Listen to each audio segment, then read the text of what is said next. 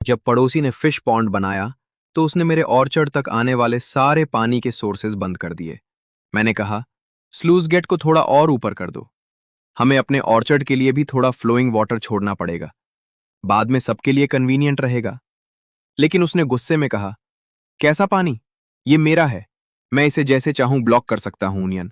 अगर तुम्हारे fruit trees प्यास से मर जाते हैं तो मुझे कोई फर्क नहीं पड़ता। जब उसने अपने फिश पॉन्ड में एक्सपेंसिव फिश फ्राई डाले तो मैंने भी सीधा अपनी जमीन पर उसके घर की तरफ आने वाली हवा के बिल्कुल अपविंड साइड में एक बड़ा इकोलॉजिकल फर्मेंटेशन मैन्योर पिट बना दिया। मैं रोज मैन्योर को पलटता था। एक दिन वो चिल्लाया, तुम आखिर कर क्या रहे हो? इतनी बदबू आ रही है। मैं अपनी हाई ग्रेड फिश कैसे पालूंगा? मैंने कहा, ये मेरी जमीन है। मैं ऑर्गेनिक कंपोस्ट बना रहा हूं। तुम्हें इससे क्या? लेकिन असली कहानी 1 महीने पहले शुरू हुई थी। उस दिन गवर्नमेंट के एक्सकेवेटर्स की आवाज से मेरी नींद ऑर्चर्ड में ही खुल गई। ली जिनबाओ वर्कर्स को डायरेक्शन दे रहा था। ब्लू वाटर ओवरलॉर्ड को और 10 मीटर नीचे की तरफ ले जाओ, बिल्कुल लिन फैमिली के ऑर्चर्ड की बाउंड्री तक। मैं तुरंत उसके पास गया। ली जिनबाओ, ये मेरे ऑर्चर्ड की एक लौती लाइफलाइन है। अगर तुम यहां दम बना दोगे तो मेरे ट्रीज कैसे बचेंगे? ली जिनबाओ ने मुझे साइड आई दिया और बोला, प्यास से मरने दो। तुम एग्रीकल्चरल यूनिवर्सिटी के ग्रेजुएट हो ना? टेक्स्ट बुक में आर्टिफिशियल रेन बनाना नहीं सिखाया था क्या? तभी मेरे फादर ऑर्चर्ड से भागते हुए बाहर आए। उन्होंने ली जिनबाओ की तरफ उंगली करते हुए कहा, ली जिनबाओ, हमने पहले ही एग्री किया था कि हम टर्न बाय टर्न पानी यूज करेंगे। अब तुम ग्राउंड वाटर भी पूरा पंप करके सुखा रहे हो। क्या तुम हमें मरने पर मजबूर करना चाहते हो? ली जिनबाओ सिगरेट पीते हुए स्नीयर करके बोला, अरे ओल्ड लिन, इतना सीरियस मत हो। डैम मेरे फैमिली ने बनाया है। मैं इसे जैसे चाहूं ब्लॉक कर सकता हूं। मेरे फादर का चेहरा गुस्से से लाल हो गया। ये जमीन क्लियरली हमारी है। ली जिनबाओ आगे बढ़ा और मेरे फादर के चेस्ट पर उंगली से पोके करते हुए बोला, ओल्ड मैन, चुप रहो। मैंने तुरंत कहा, डैड, आप पीछे रहो। ली जिनबाओ बोला, अब पानी यहां आ गया है तो ये मेरा है। अब तुम क्या कर लोगे? पुलिस को बुलाओ। पुलिस आएगी तो बस मीडिएशन करेगी। मेरे फादर गुस्से से कांपने लगे। कम से कम हमें जीने का कोई रास्ता तो दो। मैं तुमसे जान की बाजी लगा दूंगा। ली जिनबाओ पीछे हटकर हाथ कमर पर रखते हुए हंसने लगा। लड़ोगे? किस चीज से लड़ोगे? अपने उस यूजलेस बेटे के साथ? फार्मिंग के अलावा तुम्हारा बेटा और कर भी क्या सकता है? फिर उसने प्रोवोक करते हुए कहा, आओ, मारो मुझे। ट्राई करो मुझे टच करने की। मैं कुछ ही दिनों में अपना फार्म ओपन करने वाला हूं और मुझे पैसे की जरूरत है। अगर तुमने मुझे टच भी किया तो मैं तुम्हें तुम्हारा ऑर्चर्ड बेचने पर मजबूर कर दूंगा। मैंने नोटिस किया कि ली जिनबाओ की पैंट्स पूरी तरह भीगी हुई थी। क्लियरली वो सिर्फ ब्लफ कर रहा था। मैंने अपने फादर को पीछे खींच लिया। डैड, अपने हाथ गंदे मत करो। अब ये लॉ से चलने वाला सोसाइटी है। ली जिनबाओ स्मगली स्माइल करके बोला, मुझे पता था तुम कवर्ड हो। इतनी पढ़ाई करके तुम बेवकूफ बन गए हो, है ना? मैंने फादर और सन दोनों को देखा और अपने दिमाग में हर स्टेप कैलकुलेट करने लगा। मैंने कहा, ठीक है, अपना डैम बनाओ। जितना पानी ब्लॉक करना है कर लो, क्योंकि आखिर में जब पानी एक जगह जमा होता है तो वो किसी ना किसी दिन डिजास्टर जरूर बनाता है। मैं अपने फादर को लेकर वापस घर चला गया। मेरे पीछे ली जिनबाओ की मॉकिंग लाफ्टर सुनाई दे रही थी। घर पहुंचकर मैंने कंप्यूटर खोला। मैंने वेदर ब्यूरो का विंड डायरेक्शन डेटा और एरिया का टोपोग्राफिक मैप निकाला। मेरे फैमिली के ऑर्चर्ड और ली फैमिली की जमीन के बीच टेरेन का रिलेशन मुझसे बेहतर कोई नहीं जानता था। 3 दिन बाद मेरे घर पर ट्रक के ट्रक लाइव स्टॉक मैन्योर लेकर आए। मैंने अपनी जमीन के एक रिजर्व्ड प्लॉट को चूज किया जो ली के फिश पॉन्ड के बिल्कुल अपविंड में था। मेरे फादर मुझे काम करते हुए देख रहे थे। उनके चेहरे पर टेंशन थी। उन्होंने पूछा, बेटा, क्या यह सच में काम करेगा? मैंने दूर बने नए हाई एंड फिश पॉन्ड की तरफ देखा। मेरे चेहरे पर एक कोल्ड स्माइल आ गई। मैंने कहा, डैड, असली काउंटर अटैक अभी शुरू हुआ है। कंपोस्ट प्लांट के ऑपरेशन के पहले ही दिन बदबू हवा के साथ एग्जैक्टली ली के फिश पॉन्ड की तरफ ड्रिफ्ट होने लगी। और यह सिर्फ ली जिनबाओ के लिए मेरा पहला सरप्राइज था। तीसरे दिन कंपोस्ट प्लांट की बदबू अपनी स्ट्रॉन्गेस्ट कॉन्सेंट्रेशन पर पहुंच गई। मैं रोज टाइम पर मैन्योर पाइल को टर्न करता था ताकि फर्मेंटेशन से निकलने वाली अमोनिया और हाइड्रोजन ली जिनबाओ ने मेरी तरफ उंगली करके कर्स किया। इस बदबू ने मेरा फिश पॉन्ड पोल्यूट कर दिया है। काम तुरंत बंद करो। मैं उसकी तरफ देखे बिना कंपोस्ट का टेम्परेचर रिकॉर्ड कर रहा था। मैंने कामली कहा, बॉस ली, मुझे समझ नहीं आ रहा आप क्या कह रहे हैं। मैं अपनी जमीन पर ऑर्गेनिक कंपोस्ट बना रहा हूं, इससे आपको क्या प्रॉब्लम है? ड्रामा मत करो। ली जिनबाओ आगे बढ़ा और मेरा कॉलर पकड़ने की कोशिश की, लेकिन मेरे फादर ने उसे रोक दिया। ली जिनबाओ चिल्लाया, तुम मेरे वाटर सप्लाई कट करने का बदला ले रहे हो? मैं तुम्हें बता रहा हूं, यह कंपोस्ट प्लांट डेमोलिश होना चाहिए।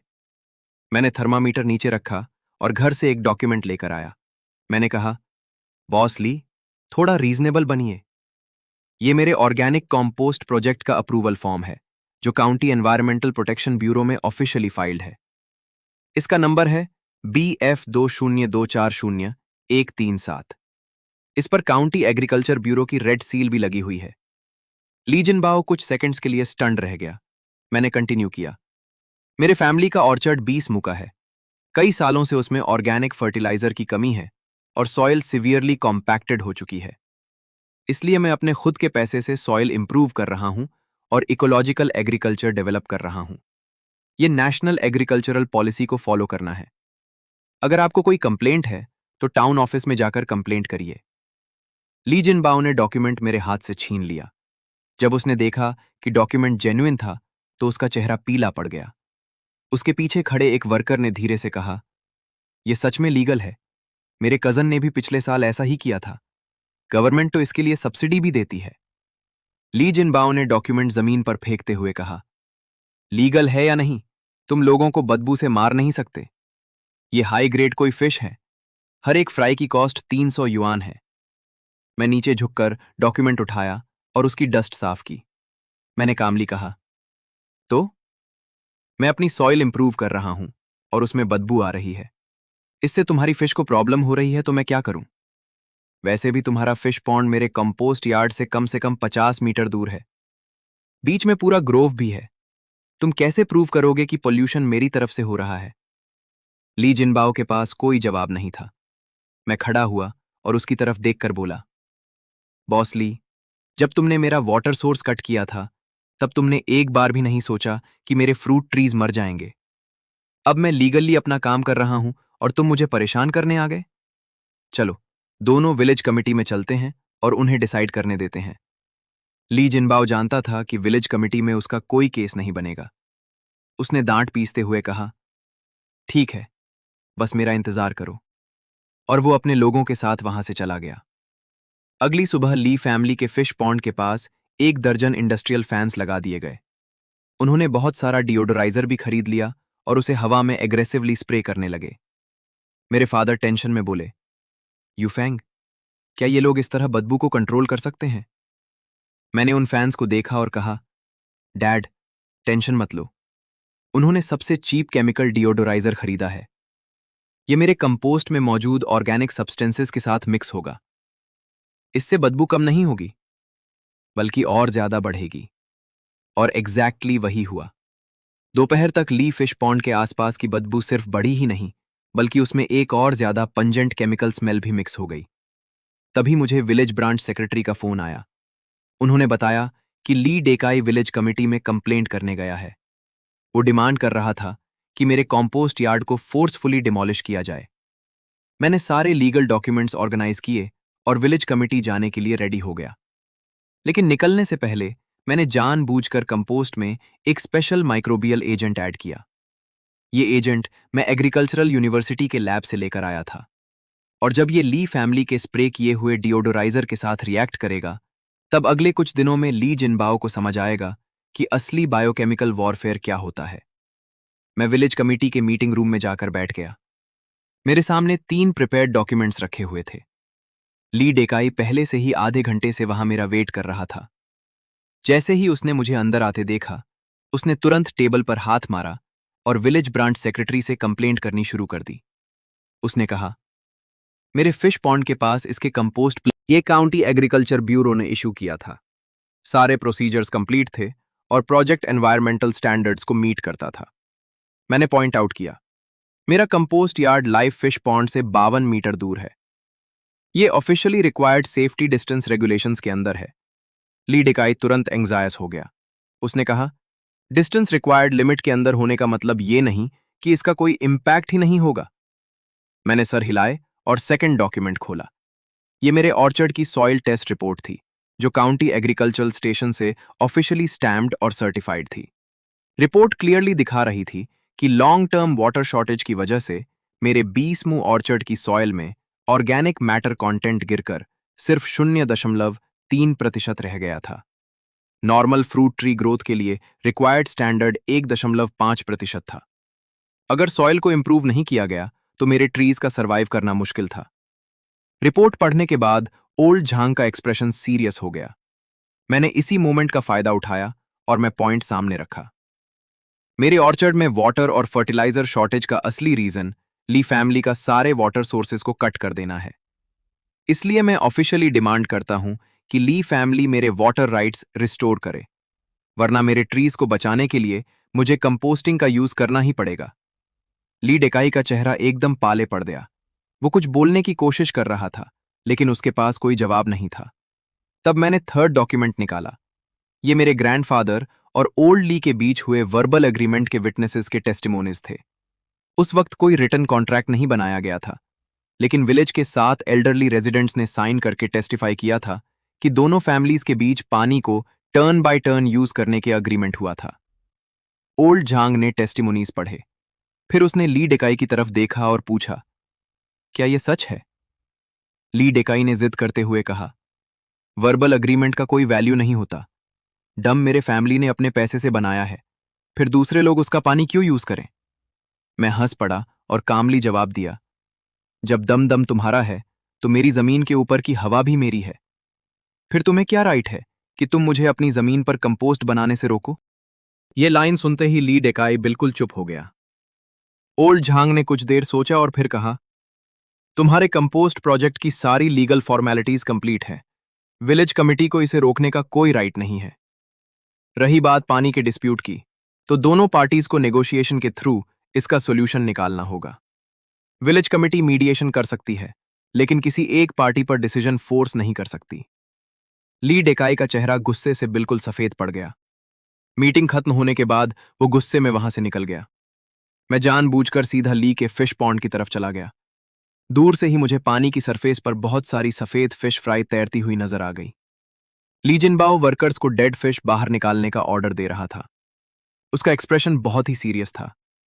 उसके खरीदे हुए चीप डिओडोराइजर्स ने मेरे कंपोस्ट में मौजूद माइक्रो ऑर्गेनिजम्स के साथ रिएक्ट करके एक ऐसी कंपाउंड स्मेल प्रोड्यूस कर दी थी जो नॉर्मल मैनर की बदबू से भी ज्यादा पंजेंट थी।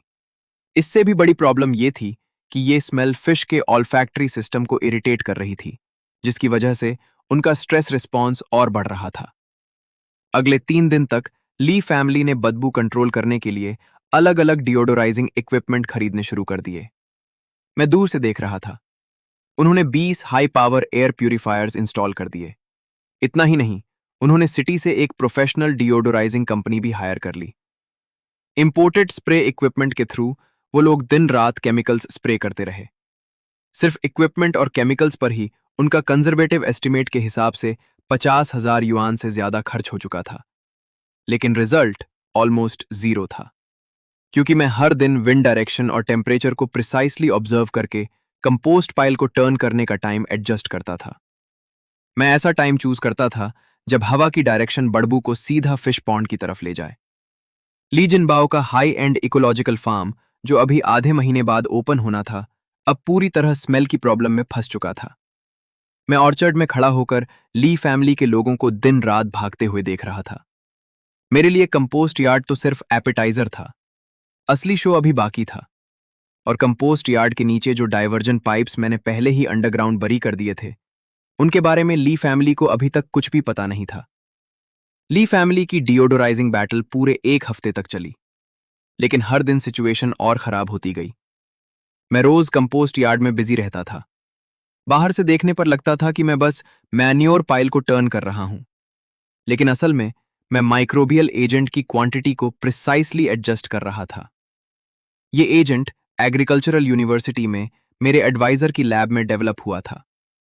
इसका मेन पर्पस ऑर्गेनिक डिकम्पोजिशन को एक्सेलरेट करना था, लेकिन इस एजेंट की एक स्पेशल प्रॉपर्टी थी। जब ये क्लोरीन कंटेनिंग केमिकल डीओडोराइजर्स के साथ मिक्स होता था, तो ये सेकेंडरी फर्मेंटेशन ट्रिगर कर देता था। इस प्रोसेस में और भी कॉम्प्लेक्स ऑर्डर मॉलिक्यूल्स रिलीज होते थे, और ली फैमिली के चीप डिओडोराइजर्स का मेन इंग्रेडिएंट सोडियम हाइपोक्लोराइड था। यानी वो खुद ही मेरी स्ट्रैटेजी को और पावरफुल बना रहे थे। 8वें दिन तक बदबू एक कंप्लीटली न्यू लेवल पर पहुंच गई। अब ये सिर्फ मैन्योर की स्मेल नहीं थी, इसमें केमिकल इरिटेंट्स के साथ एक एक्सट्रीमली फॉल कंपाउंड ऑर्डर भी मिक्स हो चुका था। ली फैमिली के फिश पॉन्ड के 200 मीटर के एरिया में तो फ्लाइज भी उधर जाने से बचने लगी थी। मैं केयरफुली ऑब्जर्व कर रहा था कि ली के फिश पॉन्ड का वाटर क्वालिटी भी ही चेंज होना शुरू हो गया था। वाटर सरफेस पर फाइन फोम दिखने लगा। ये फिश की एक्सेलरेटेड ब्रीदिंग की वजह से हो रहा था। ऑर्नामेंटल फिश एनवायरनमेंट के चेंजेस के लिए बहुत सेंसिटिव होती हैं। अगर उनका स्ट्रेस रिस्पॉन्स कंटिन्यूअसली हाई रहे तो उनकी इम्यूनिटी शार्पली डिक्रीज हो सकती है, और एग्जैक्टली वही हो रहा था। ली जिनबाओ के फिश पॉन्ड में डेड फिश की नंबर सडनली स्काई रॉकेट कर गई। पहले रोज सिर्फ डजन्स ऑफ फिश मर रही थीं, लेकिन अब ये नंबर हंड्रेड्स पर डे तक पहुंच गया। फिश फ्राई के परचेज प्राइस के हिसाब से ली फैमिली का डेली लॉस 30,000 युआन से भी ज्यादा हो रहा था। 10वें दिन की सुबह एक ब्लैक ऑडी एल फैमिली के फार्म के एंट्रेंस पर आकर रुकी। मैं ऑर्चर्ड से दूर खड़ा हुआ सब देख रहा था। जैसे ही कार से एक आदमी बाहर निकला, मैंने उसे पहचान लिया। वो था बॉस क्वियो, लोकल एरिया के सबसे बड़े कैटरिंग ग्रुप का चेयरमैन। मैंने सुना था कि ली जिनबाओ ने इस इन्वेस्टर को फार्म में इन्वेस्ट करवाने के लिए 1 लाख युआन से एक इनविजिबल वॉल की तरह वो इंटेंस बदबू सीधा ली के फार्म की तरफ पहुंचे लगी। मैं डोर से देख रहा था। बॉस क्वियो के स्टेप्स अचानक रुकने जैसे हो गए। उसने तुरंत अपने हाथ से अपना माउथ और नोज कवर कर लिया। ली जिनबाओ उसके साइड में खड़ा होकर कंटिन्यूअसली एक्सप्लेनेशन दे रहा था। वो डेस्परेटली जेस्चर्स कर रहा था और उन डिओडोराइजिंग मशीन्स की तरफ पॉइंट करके बॉस क्वियो को समझाने की कोशिश कर रहा था। फिश पॉन्ड के पास वो लोग 5 मिनट से भी कम रुके थे कि बॉस क्वियो अचानक झुक गया। उसने रेलिंग को पकड़ लिया और जोर जोर से उल्टी जैसी फीलिंग होने लगी। ली जिनबाओ ने तुरंत उसे पानी दिया। उसका चेहरा भी डेड फिश की तरह सफेद पड़ चुका था। मैंने अपना शवेल नीचे रखा और सिगरेट जला ली। आखिर फार्म जैसे प्रोजेक्ट में इन्वेस्टर्स सबसे ज्यादा एनवायरनमेंट और कस्टमर एक्सपीरियंस को इंपॉर्टेंस देते हैं, लेकिन जिस इकोलॉजिकल फार्म में कदम रखते ही बदबू से हाल खराब हो जाए, वहां कौन पैसा खर्च करके आना चाहेगा। बॉस क्यूओ ने फिश पॉन्ड के पास 2 बार उल्टी की और आखिर में ठीक से खड़ा भी नहीं हो पा रहा था। ली जिनबाओ उसे सपोर्ट करते हुए वापस ले जाने लगा। रास्ते भर वह कंटिन्यूअसली अपॉलोजी करता रहा, लेकिन बॉस क्वियो का एक्सप्रेशन बिल्कुल ग्रिम था। उसने एक शब्द भी नहीं कहा। जब ऑडी वहां से चली गई, ली जिनबाओ अकेला फार्म के एंट्रेंस पर खड़ा रहा। वो फिश पॉन्ड को ब्लैंकली देखता रहा पूरे आधे घंटे तक। दोपहर में ली डेकाई फिर कुछ लोगों के साथ मेरे पास आया, लेकिन इस बार वो चिल्लाया नहीं। उसने अपनी आवाज नीचे रखी और मुझसे पूछा, कंपोस्टिंग बंद करने के लिए तुम्हें कितने पैसे चाहिए? मैं फ्रूट ट्रीज की प्रूनिंग कर रहा था और बिना सर उठाए बोला, अंकल ली, मुझे पैसे की जरूरत नहीं है। मुझे पानी चाहिए। मेरा वाटर सोर्स वापस कर दो, मैं तुरंत कंपोस्टिंग बंद कर दूंगा। ली डेकाई काफी देर तक चुप रहा। फिर उसने सिर्फ एक सेंटेंस कहा और वहां से मुड़कर चला गया। तुम सपना देख रहे हो? मैं फिश पॉन्ड में लॉस सह लूंगा, लेकिन तुम्हें पानी की एक बूंद भी नहीं दूंगा। मैंने उसकी पीठ को जाते हुए देखा और हल्की सी स्माइल की। जिद की भी एक कीमत होती है, और बहुत जल्द ली डेकाई को समझ आने वाला था कि वो कीमत कितनी भारी है। उसी शाम मुझे एक अननोन नंबर से फोन आया। फोन बॉस क्वियो के असिस्टेंट का था। वो मेरे ऑर्चर्ड की एग्जैक्ट लोकेशन और उसके करंट ऑपरेशनल स्टेटस के बारे में पूछ रहा था। बातों बातों में उसने बताया कि बॉस कियाओ मेरे ऑर्गेनिक एग्रीकल्चर प्रोजेक्ट में काफी इंटरेस्टेड हैं और वो मेरे साथ कोऑपरेशन को लेकर डिटेल्ड डिस्कशन के लिए टाइम निकालना चाहते हैं। मैंने फोन रखा और ली फैमिली के फार्म की डायरेक्शन में देखा। वहां की लाइट्स अनयूजुअली ब्राइट थीं। शायद ली जिनबाओ पूरी रात जागकर इन्वेस्टर सिचुएशन को सैल्वेज करने का कोई रास्ता ढूंढ रहा था। लेकिन उसे क्या पता था, असली डिजास्टर अभी शुरू भी नहीं हुआ था। जो डाइवर्जन पाइप्स मैंने अंडरग्राउंड बरी किए थे, वही उसके लिए फाइनल ब्लो बनने वाले थे। बॉस क्वियो के इन्वेस्टमेंट से विड्रॉ करने की न्यूज फैल गई और 12वें दिन तक ली जिनबाओ का ecological farm investment plan completely बर्बाद हो गया। उसकी इनिशियल इन्वेस्टमेंट के 1.2 मिलियन युआन प्रैक्टिकली डूब गए। लेकिन ली डेकाई ने दांत पीसते हुए कहा कि वो लोग हार नहीं मानेंगे।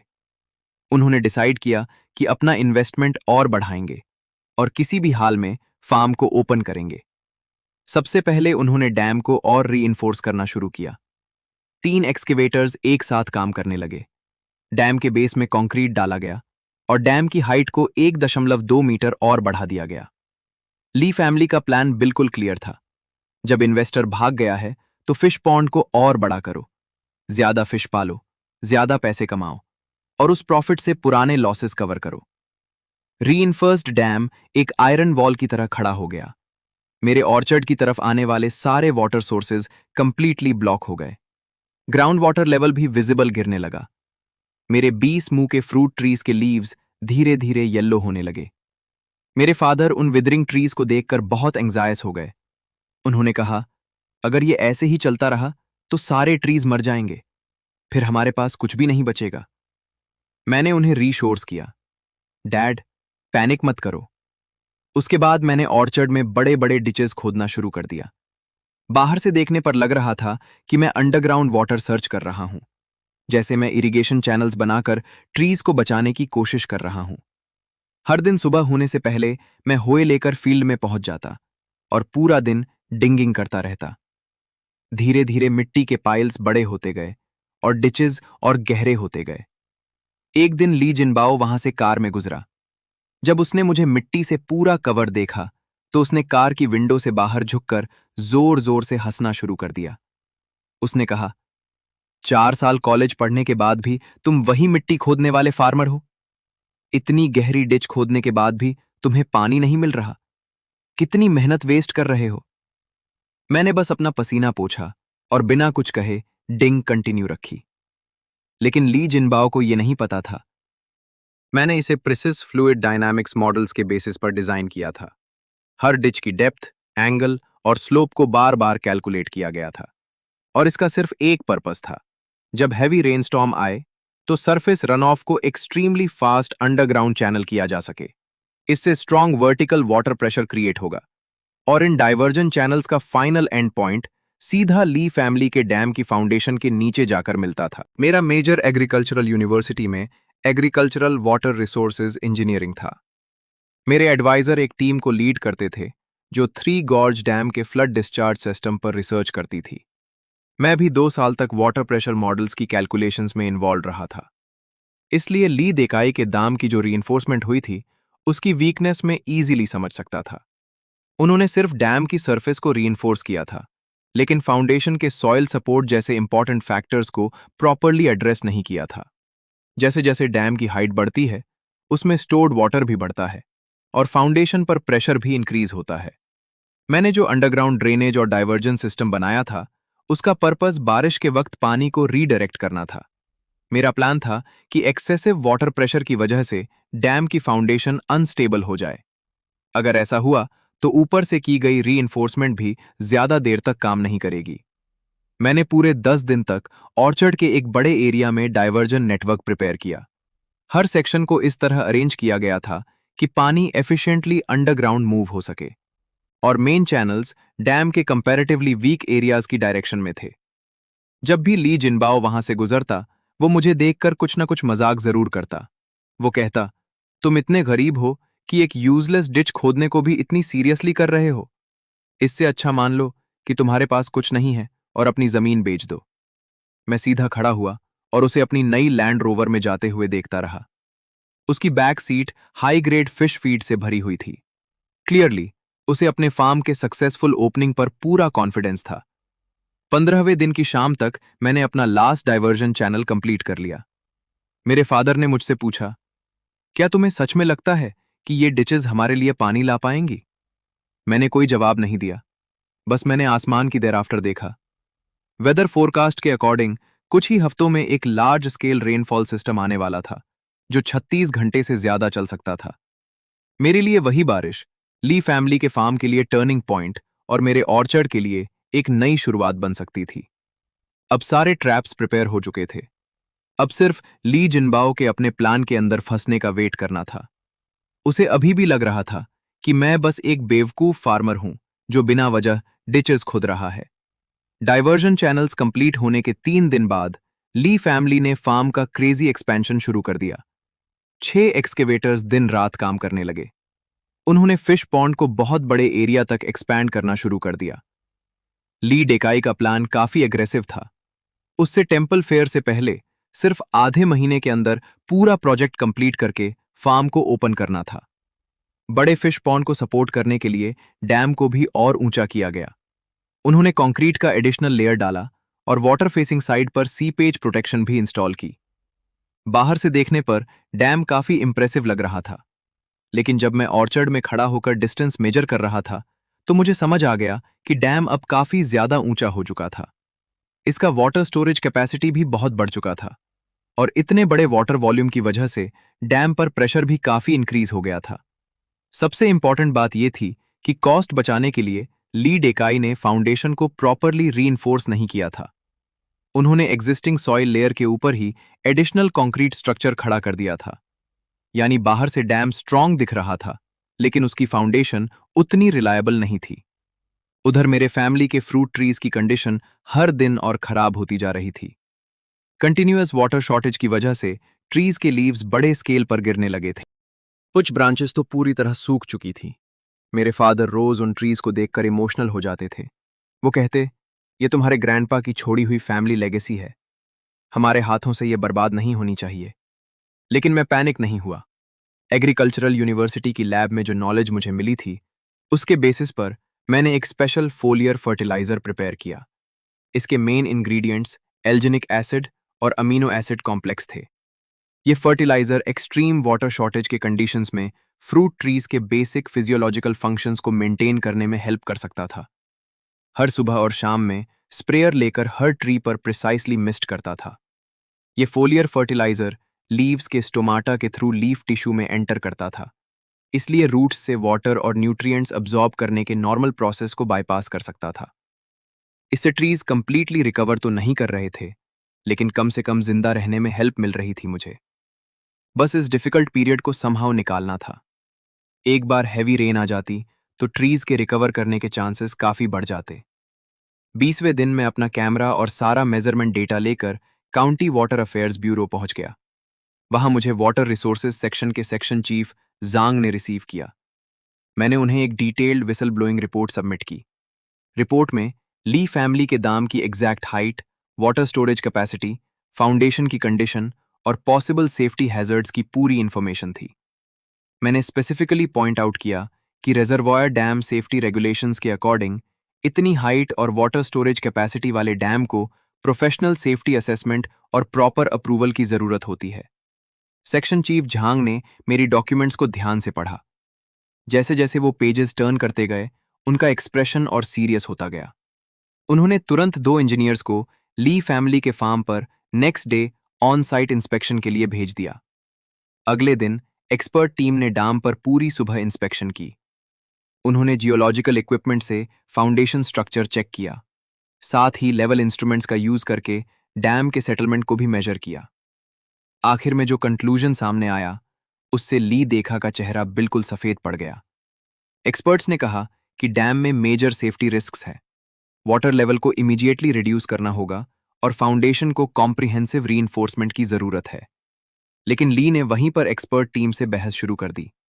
उसने कहा, मैंने डैम बनाने में 3 लाख युआन से ज्यादा खर्च किए हैं। फार्म ओपनिंग बिल्कुल पास है, मैं अब इसका पानी कैसे रिलीज कर सकता हूं? एक्सपर्ट टीम के हेड ने उससे क्लियरली वॉर्न किया, अगर आप सेफ्टी इश्यूज को रेक्टिफाई नहीं करते तो वाटर अफेयर्स ब्यूरो के पास कंप्लायंस एनफोर्स करने का अथॉरिटी है। उसी आफ्टरनून ली डेकाई अपनी कार लेकर काउंटी सीट की तरफ चला गया।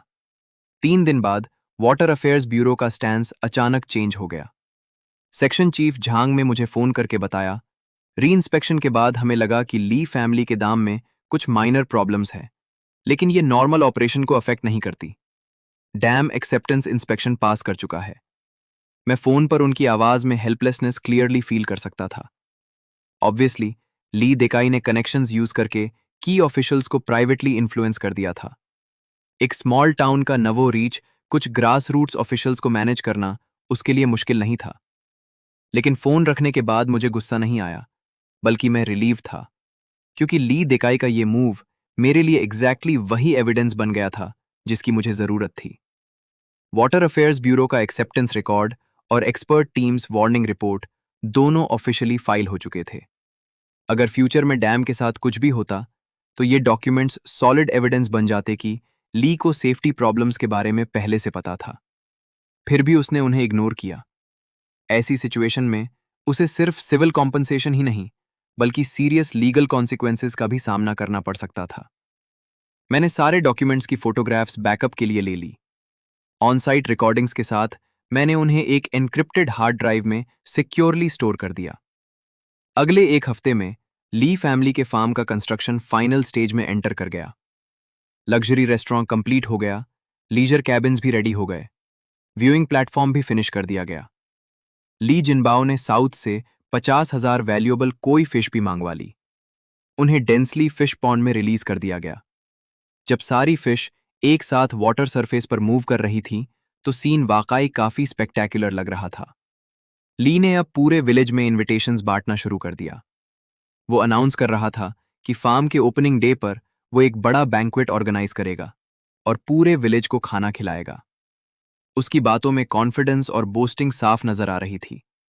वो कह रहा था, ली फैमिली की किस्मत फाइनली बदल गई है। अब हम काउंटी के फेमस एंटरप्रेन्योर्स बनने वाले हैं।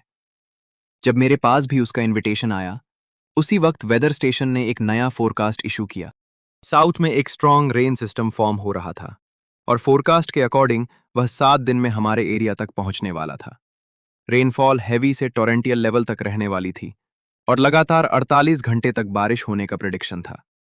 लेकिन ली फैमिली फार्म की ओपनिंग सिर्फ 6 दिन बाद होने वाली थी। ओपनिंग से 5 दिन पहले रात को मेरे ऑर्चर्ड में लगाए इंफ्रारेड सर्विलेंस कैमरा ने एक सीन कैप्चर किया। 3 लोग ऑर्चर्ड की बाउंड्री वॉल क्रॉस करके सीधा ओ डाइवर्जन चैनल्स की तरफ जा रहे थे जो मैंने खोड़ थे। मॉनिटर पर उनकी मूवमेंट्स देखकर क्लियरली लग रहा था कि वो लोग प्रिपरेशन के साथ आए थे। उनके हाथ में शॉवल्स और वेवन बैग्स थे। मैं कंप्यूटर के सामने बैठा रहा। मैं उन्हें रोकने के लिए बाहर नहीं गया, बस क्वाइटली स्क्रीन पर सब कुछ ऑब्जर्व करता रहा। मैंने लीडर को तुरंत पहचान लिया। वह ओल्ड जियाओ था जो ली जिनबाओ के अंडर काम करता था। उसने बाकी दोनों लोगों को इंस्ट्रक्शंस दिए और तीनों डाइवर्जन चैनल्स में मिट्टी भरना शुरू कर दिया। वो लोग पूरी मेहनत से काम कर रहे थे। 1 घंटे के अंदर उन्होंने ऑर्चर्ड की तरफ वाले 2 में ब्रांचेस को पूरी तरह फिल करके लेवल कर दिया। लेकिन उन्हें बिल्कुल आइडिया नहीं था कि वो दोनों ब्रांचेस पूरे ड्रेनेज सिस्टम का सिर्फ छोटा सा हिस्सा थे। असली important main channel tree roots के और अंदर हिडन था। उसका एंट्रेंस वाटरप्रूफ क्लॉथ और वीड्स से परफेक्टली कैमोफ्लॉज किया गया था। रात के 2 बजे जब तीनों अपना काम फिनिश करके वापस जाने वाले थे, तब ओल्ड जियाओ की नजर दाम की साइड वाले एक डायगोनल चैनल पर पड़ गई। ये चैनल सबसे डीप और सबसे क्लियरली विजिबल था। ओल्ड जिया कुछ सेकंड्स तक हेजिटेट करता रहा, लेकिन फिर उसने बाकी दोनों को लेकर उस चैनल की तरफ जाना शुरू कर दिया। मैं स्क्रीन को देखते हुए बिल्कुल स्टिल बैठा था, लेकिन मेरा हार्ट बीट फास्ट हो गया, क्योंकि वह डायगोनल चैनल वही था जिसे मैंने जानबूझकर उनके लिए बैट की तरह एक्सपोज्ड रखा था। बाहर से देखने पर वह डाइवर्जन सिस्टम का नॉर्मल पार्ट लग रहा था, लेकिन असल में वह ली फैमिली के डैम का एक इमरजेंसी स्पिलवे था। इनिशियल सर्वे के वक्त वाटर अफेयर्स ब्यूरो के एक्सपर्ट्स ने स्पेसिफिकली कहा था कि डैम में इमरजेंसी स्पिलवेज का प्रॉपर प्रोविजन होना जरूरी है, और ये नेचुरल स्लोप उनमें से एक था। ओल्ड जिया और उसके लोगों ने चैनल में कंस्ट्रक्शन वेस्ट भरना शुरू कर दिया। ब्रोकन ब्रिक्स, कंक्रीट ब्लॉक्स और स्क्रैप रीबार, लोड के बाद लोड। वो लोग हर लेयर को पैरों से अच्छी तरह दबा रहे थे ताकि चैनल कंप्लीटली ब्लॉक हो जाए। सर्विलांस कैमरा ने पूरा ऑपरेशन रिकॉर्ड कर लिया। हर टाइम स्टैंप, उनके फेसेस और उनकी एक्टिविटीज, कुछ भी मिस नहीं हुआ। सुबह 4 बजे तीनों ने काम फिनिश कर दिया। उन्होंने शवल से सरफेस को लेवल किया और ऊपर जानबूझकर एसुखी घास भी बिखरा दी ताकि ब्लॉकेज इजीली नोटिस ना हो। ओल्ड जियाओ ने फोन निकाला और किसी को कॉल किया। मैं उसकी बात सुन नहीं सकता था, लेकिन उसके थम्स अप जेस्चर से मुझे समझ आ गया कि ली जिनबाओ ऑपरेशन से काफी सेटिस्फाइड था। उनके जाने के बाद मैंने तुरंत डाइवर्जन चैनल्स रिपेयर नहीं किए। इसके बजाय मैं डार्क क्लॉथ्स पहनकर अपना टूलकिट लेकर क्वाइटली डैम के बेस की तरफ चला गया। ओल्ड जिया और उसके लोगों ने जिस स्पिलवे को ब्लॉक किया था, वह हैवी रेन के वक्त एक्सेस वाटर प्रेशर को रिलीज करने के काम आता था। अब उसका ब्लॉक्ड होना डैम पर एडिशनल प्रेशर क्रिएट कर सकता था। मैंने जियोलॉजिकल हैमर से डैम के डाउनस्ट्रीम फेस को जेंटल टैप किया। इको की आवाज से मैं अंदर की डेंसिटी का एस्टिमेट लगा रहा था, और मेरी सस्पिशन सही निकली। मिडिल सेक्शन से आने वाली साउंड नोटिसबली हॉलो थी। इसका मतलब था कि सॉइल स्ट्रक्चर के अंदर काफी वार्ड्स हो सकते थे। मैंने सिचुएशन को केयरफुली डॉक्यूमेंट किया और फिर वापस घर आ गया। सुबह होने से पहले मैंने सर्विलेंस फुटेज की 3 कॉपीज डिस्क पर बर्न कर दी। उन्हें मैंने अलग अलग लोकेशंस पर स्टोर कर दिया। ये रिकॉर्डिंग्स प्रूव कर सकती थी कि ली फैमिली के लोगों ने खुद डैम के सेफ्टी सिस्टम के साथ इंटरफियर किया था। और सबसे इंपॉर्टेंट बात, इससे यह भी क्लियर होता कि मैं इस साबोताज का हिस्सा नहीं था। अगली सुबह मेरे फादर ने डाइवर्जन चैनल्स को फिल्ड देखा। वो गुस्से में ली फैमिली से कॉन्फ्रंट करने जाना चाहते थे, लेकिन मैंने उन्हें रोक दिया। मैंने कहा, रहने दो डैड, वैसे भी बारिश आने वाली है और इन चैनल्स ने अपना पर्पस ऑलरेडी सर्व कर दिया है। मेरे फादर मेरी बात समझ नहीं पाए। उन्होंने बस साई किया। मैं विंडो के पास खड़ा होकर ली फैमिली के टॉवरिंग डैम को देखने लगा। उसकी इंटरनल कंडीशन अब पहले जैसी नहीं थी। बस अब हमें वेदर का वेट करना था।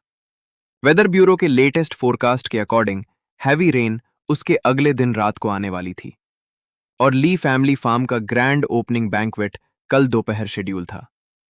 टाइमिंग ऑलमोस्ट अनबिलीवेबल थी। ओपनिंग से एक दिन पहले सुबह मैंने अपने सारे डॉक्यूमेंट्स ऑर्गेनाइज किए, उन्हें एक वाटरप्रूफ फाइल बैग में रखा और सीधा ली फैमिली फार्म की तरफ निकल गया। उस बैग में 3 इंपॉर्टेंट रिपोर्ट्स थीं। पहली रिपोर्ट एक प्रोविंशियल जियोलॉजिकल सर्वे इंस्टीट्यूट से कमीशन की गई सॉइल स्टेबिलिटी असेसमेंट थी। रिपोर्ट में क्लियरली मेंशन था कि डैम के साइट की सॉइल में हाई लिक्विफैक्शन रिस्क था और ये लार्ज वाटर स्टोरेज फैसिलिटी के लिए सूटेबल नहीं थी। सेकेंड रिपोर्ट मेरी फ्लड फ्लो कैलकुलेशन थी। वाटरशेड एरिया के मेटियोरोलॉजिकल डेटा के बेसिस पर मैंने कैलकुलेट किया था कि कंटिन्यूअस हैवी रेन के केस में एग्जिस्टिंग डैम स्ट्रक्चर इतने वाटर प्रेशर को सेफली हैंडल नहीं कर पाएगा। Third document water affairs bureau की एक्सपर्ट टीम के इनिशियल सर्वे रिकॉर्ड की कॉपी थी। उसमें क्लियरली मेंशन था कि डैम में मेजर सेफ्टी हैजर्ड्स मौजूद थे। इन 3 रिपोर्ट्स को प्रिपेयर करने में मेरे 20,000 युआन से ज्यादा खर्च हुए थे, लेकिन मुझे लगता था कि ये पैसा वर्थ इट था। ये डॉक्यूमेंट्स फ्यूचर में मेरे लिए लीगल शील्ड बन सकते थे। ली फैमिली फार्म को फ्रेशली रेनोवेट किया गया था। कोर्टयार्ड में हर तरफ रेड लैंटर्न्स लटक रहे थे। वर्कर्स साउंड सिस्टम टेस्ट कर रहे थे और किचन से डिलीशियस फूड की स्मेल आ रही थी। ली देकाई फिश पॉन्ड के पास खड़ा था और विजिटिंग विलेज कार्डरेस का स्माइल के साथ वेलकम कर रहा था। मैं सीधा उसके पास गया और फाइल बैग उसके हाथ में दे दिया। ली देकाई ने बैग को देखा और स्नीर करते हुए पूछा, तुम फिर यहां क्या करने आए हो? मैंने कोई अननेसेसरी बात नहीं की। 7-8 विलेज कादरेस के सामने मैंने जियोलॉजिकल रिपोर्ट निकाली और पेज बाय पेज उससे दिखाई। रिपोर्ट के नंबर्स काफी शॉकिंग थे। डैम की फाउंडेशन सॉइल की बेयरिंग कैपेसिटी सिर्फ अराउंड 120 किलो पास्कल्स पर स्क्वायर मीटर थी, लेकिन करंट वाटर स्टोरेज के प्रेशर को मैंने अप्रॉक्सीमेटली 150 किलो पास्कल्स पर स्क्वायर मीटर एस्टिमेट किया था, यानी structure already dangerous pressure range के करीब था। मैंने स्पेसिफिकली वार्निंग दी कि वेदर फोरकास्ट के according day after tomorrow heavy rain expected है। अगर माउंटेन रन ऑफ के साथ वाटर लेवल सडनली राइज हुआ तो डैम पर करंट प्रेशर से भी काफी ज्यादा लोड आ सकता था और कॉन्सिक्वेंसेज कैटास्ट्रॉफिक हो सकते थे। सबकी बात सुनने के बाद भी ली डेकाई के एक्सप्रेशन में कोई चेंज नहीं आया। उसने रिपोर्ट को केयरफुली लिया, कवर पर जियोलॉजिकल सर्वे इंस्टीट्यूट की ऑफिशियल सील को चेक किया, फिर सबके सामने उसने रिपोर्ट को फाड़ दिया। पेपर के टुकड़े हवा में उड़ते हुए ग्राउंड पर गिरने लगे। ली डेकाई ने मेरी तरफ फिंगर पॉइंट करके कहा, यह सब ड्रामा बंद करो। तुम मुझे डराकर अपने ऑर्चर्ड के लिए पानी रिलीज करवाना चाहते हो। ये डैम बनाने में मेरे 5 लाख युआन से ज्यादा लगे हैं और ये वाटर अफेयर्स ब्यूरो की इंस्पेक्शन पास कर चुका है। इसलिए मुझे तुमसे ज्यादा पता है। तुम सिर्फ एक कॉलेज स्टूडेंट हो। आसपास खड़े विलेज कादरेज एक दूसरे को ऑकवर्डली देखने लगे, लेकिन कोई कुछ बोलने की हिम्मत नहीं कर रहा था। तभी ली जिनबाओ भी वहां आ गया। उसने फोन निकाला और मेरी फोटोज लेने लगा। वो बोला कि वो मेरी photos village WeChat group में पोस्ट करेगा। उसके अकॉर्डिंग मैं डेस्परेट हूं और उनके फार्म की ओपनिंग से जेलस होकर जानबूझकर रूमर्स स्प्रेड कर रहा हूं। मैं उससे आर्ग्यू नहीं किया। मैंने क्वाइटली अपने फोन पर वीडियो रिकॉर्डिंग स्टार्ट कर दी। फिर कामली कहा, मैं इस रिपोर्ट की एक कॉपी अपने पास रखूंगा। अगर फ्यूचर में दम के साथ कुछ होता है तो ये प्रूव करेगा कि मैंने तुम्हें पहले ही वार्निंग दे दी थी। अगर तुम एडवाइस इग्नोर करते हो तो उसके कॉन्सिक्वेंसेस की रिस्पॉन्सिबिलिटी भी तुम्हारी होगी। ली डेकाई ने गुस्से में जमीन पर थूकते हुए मुझे जिक्स कहा। उसने कहा, तुम बहुत ज्यादा बुक स्मार्ट हो। हर वक्त डिजास्टर के बारे में सोचते रहते हो। यहां से चले जाओ और मेरी आंखों के सामने मत आओ। उसने ये भी कहा कि मैं नेक्स्ट डेज ओपनिंग बैंक्वेट में वेलकम नहीं हूं। मैंने फोन पॉकेट में रखा, फिर नीचे झुककर टर्न रिपोर्ट के कुछ इंपॉर्टेंट पेजेस के पीसेस उठा लिए।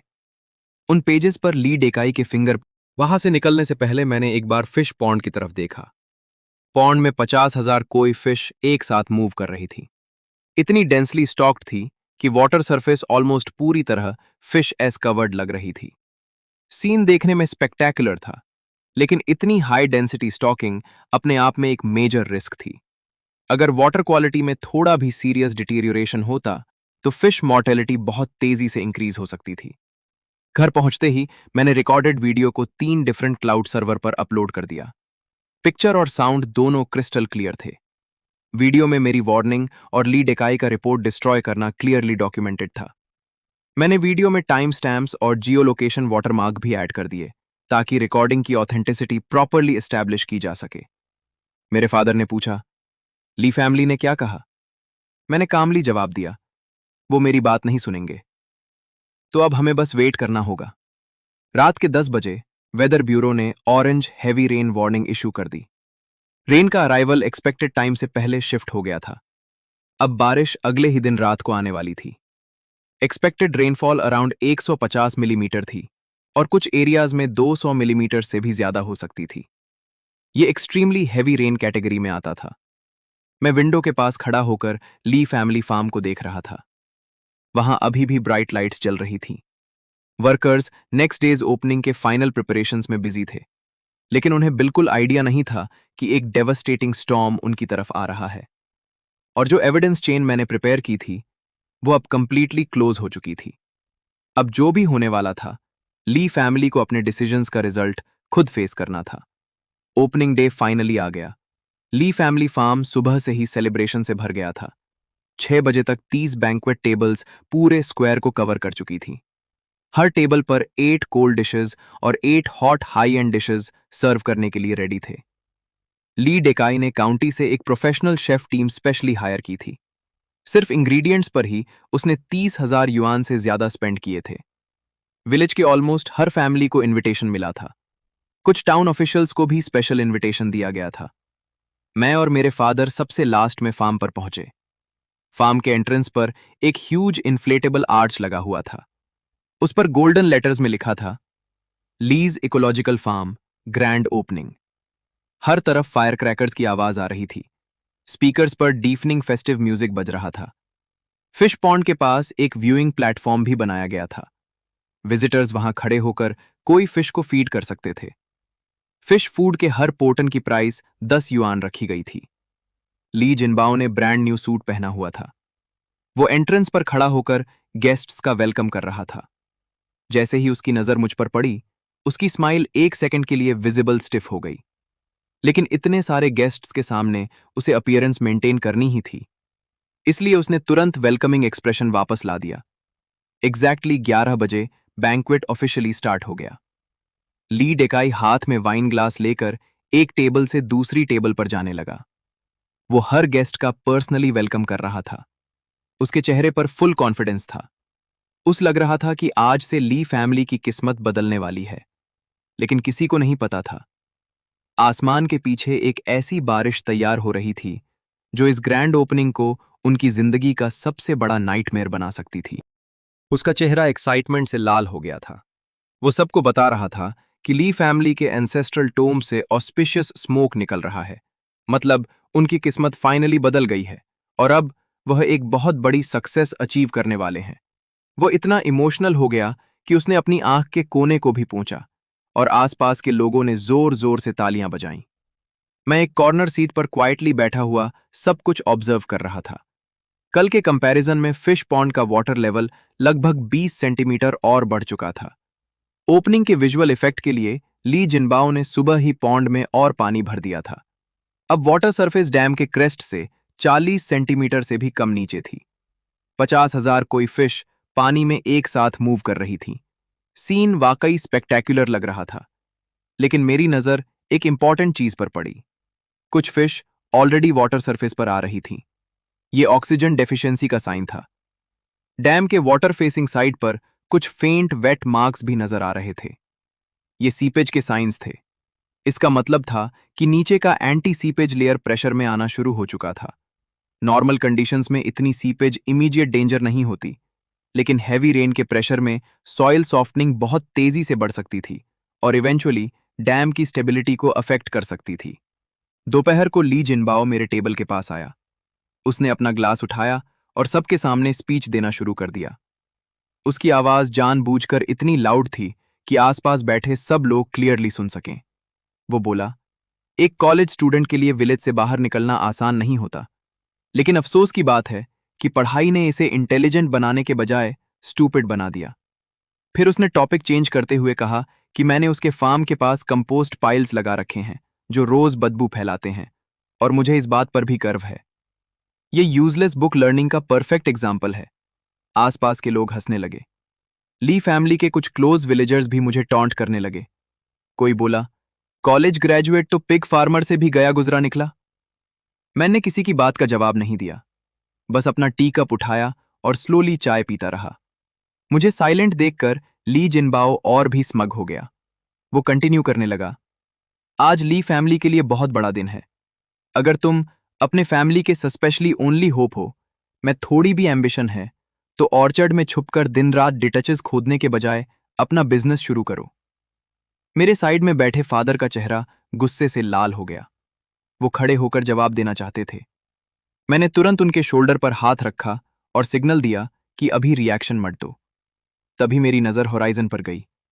दूरे डार्क क्लाउड्स गैदर हो रहे थे। क्लाउड्स बहुत थिक और लो थे। उनके edges dark iron grey colour के थे। ये स्ट्रॉन्ग कन्वेक्टिव वेदर के क्लियर साइंस थे। मैंने फोन निकाला और वेदर रडार मैप चेक किया। जो क्लाउड सिस्टम हमारी तरफ आ रहा था वो फोरकास्ट से भी ज्यादा फास्ट मूव कर रहा था। अब वो मैक्सिमम 4 घंटे में यहां पहुंच सकता था। मैंने टी कप टेबल पर रखा और ली जिनबाओ की तरफ देखा, जो अभी भी अपनी स्पीच कंटिन्यू कर रहा था। फिर मैंने कामली कहा, आज का ओपनिंग वाकई बहुत लाइवली है, लेकिन हो सकता है ये ली फैमिली फार्म की क्लोजिंग सेरेमनी भी बन जाए। ली जिनबाओ एक सेकंड के लिए फ्रीज हो गया।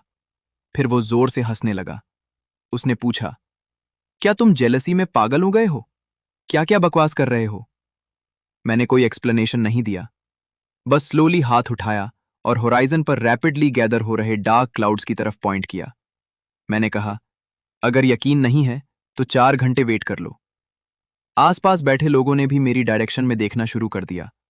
क्लाउड्स क्लियरली कन्वर्ज हो रहे थे और आसमान रैपिडली डार्क होता जा रहा था। कुछ एल्डरली विलेजर्स के एक्सप्रेशंस भी चेंज हो गए। उन्होंने पूरी जिंदगी फार्मिंग की थी और वेदर के चेंजेस को बहुत अच्छी तरह समझते थे। उन्हें इमीडिएटली समझ आ गया कि ये हैवी रेन से पहले के साइंस हैं। ली जिनबाओ कुछ और बोलने ही वाला था कि अचानक एक स्ट्रॉन्ग गस्ट ऑफ विंड आया। व्यूइंग प्लेटफॉर्म पर लगे कलर्ड फ्लैग्स जोर जोर से फ्लटर करने लगे। कुछ डेकोरेटिव बलून भी हवा में उड़ गए। फिश पॉन्ड की सरफेस पर डीन्स रिपल्स बन गए और कोई फिश पैनिक में इधर उधर स्कैटर होने लगी। दूर से लो थंडर की आवाज सुनाई दी। मैंने फोन पर हैवी रेन वार्निंग दोबारा चेक की। फॉरकास्ट था कि बारिश एग्जैक्टली 3 PM के आसपास स्टार्ट होगी। अब सवाल सिर्फ ये था, क्या ली फैमिली का दम इस स्टॉर्म को सरवाइव कर पाएगा? बैंक्वेट कंटिन्यू रहा। लेकिन एटमॉस्फेयर अब पहले जैसा रिलैक्स्ड नहीं था। ली जिनबाओ अभी भी मेरी बात पर बिलीव नहीं कर रहा था। उसने ग्लास उठाया और कहा, तुम इतने बड़े वेदर एक्सपर्ट हो ना, चलो देखते हैं बारिश तुम्हारी स्मार्ट माउथ को वॉश करके ले जाती है या नहीं। मैंने कोई जवाब नहीं दिया, बस क्वाइटली टाइम चेक करता रहा। 2 बजे हवा और स्ट्रांग हो गई। तभी विलेज लाउडस्पीकर से इमरजेंसी अनाउंसमेंट हुआ। काउंटी मेट्रोलॉजिकल ब्यूरो ने हैवी रेन वार्निंग को रेड अलर्ट तक अपग्रेड कर दिया था। रेजिडेंट्स को फ्लैश फ्लड्स और जियोलॉजिकल डिजास्टर्स से प्रिकॉशन लेने की एडवाइस दी गई। गेस्ट्स के बीच इमीडिएटली टेंशन स्प्रेड हो गई। कुछ लोग जो दूर रहते थे, उन्होंने एक्सक्यूजेस बनाकर वहां से जाना स्टार्ट कर दिया। ली डेकाई सिचुएशन को काम करने की कोशिश करते हुए बोला, बस एक पासिंग शावर है। वेदर ब्यूरो हर बार सिचुएशन को एग्जॉजरेट करता है। लेकिन 2:30 बजे फर्स्ट हैवी रेन ड्रॉप्स गिरने लगे। पहले ड्रॉप्स बड़े और स्पार्स थे। हर ड्रॉप ग्राउंड पर गिरकर थर्ड की आवाज कर रहा था। लेकिन कुछ ही मिनट्स में स्काई और अर्थ के बीच का डिफरेंस ऑलमोस्ट डिसअपियर हो गया। हैवी रेन शीट्स की तरह नीचे गिरने लगी। 2:45 पीएम तक रेन फिश पॉन्ड की सरफेस पर कंटिन्यूअसली हिट कर रही थी। गेस्ट्स एक एक करके फार्म से निकलने लगे। ली जिनबाओ वर्कर्स को ऑर्डर दे रहा था कि आउटडोर टेबल्स और चेयर्स को इनडोर्स शिफ्ट करो। वो बार बार कह रहा था, बस पासिंग शावर है, आफ्टरनून फिशिंग एक्टिविटी पर कोई इफेक्ट नहीं पड़ेगा। मेरे फादर और मैं जल्दी में फार्म से नहीं निकले। हम एंट्रेंस पर खड़े होकर आसमान को कंप्लीटली डार्क होते हुए देखते रहे। एग्जैक्टली 3 बजे रेनफॉल और वॉयलेंट हो गई। ये बारिश फोरकास्ट से भी काफी ज्यादा पावरफुल थी। बड़े बड़े ड्रॉप्स ग्राउंड पर हिट कर रहे थे और पानी 1 फुट से भी ज्यादा हाइट तक स्प्लैश हो रहा था। विजिबिलिटी इंस्टेंटली 10 मीटर से भी कम हो गई। पूरा एरिया रेन के थिक कर्टेन के पीछे छुप गया। मैंने फादर को पकड़कर अंदर की तरफ मूव किया। रोड पर पानी ऑलरेडी एंकल्स के ऊपर पहुंच चुका था। रेन वाटर अपने साथ मड और सैंड लेकर आ रहा था और एक मर्की टॉरेंट बन चुका था।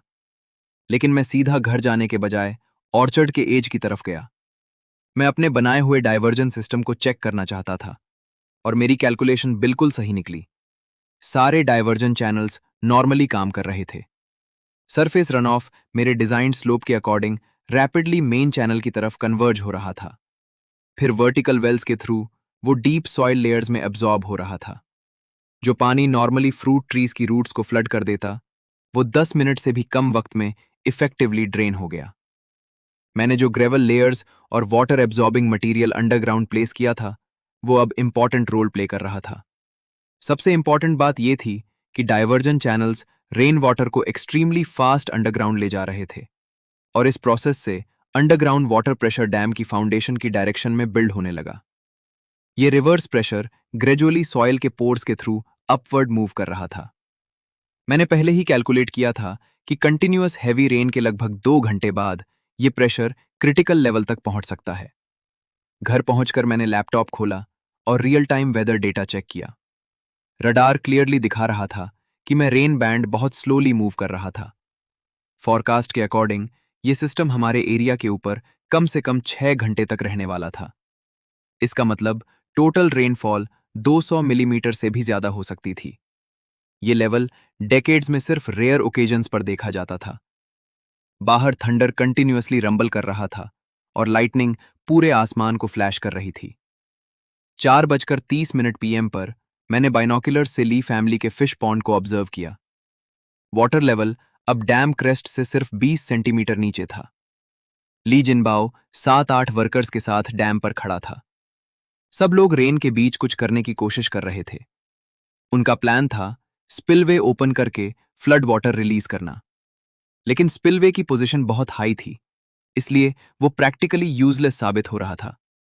और सबसे डेंजरस बात, अपस्ट्रीम वैली से फ्लड वाटर भी रिजर्वर की तरफ आना शुरू हो गया।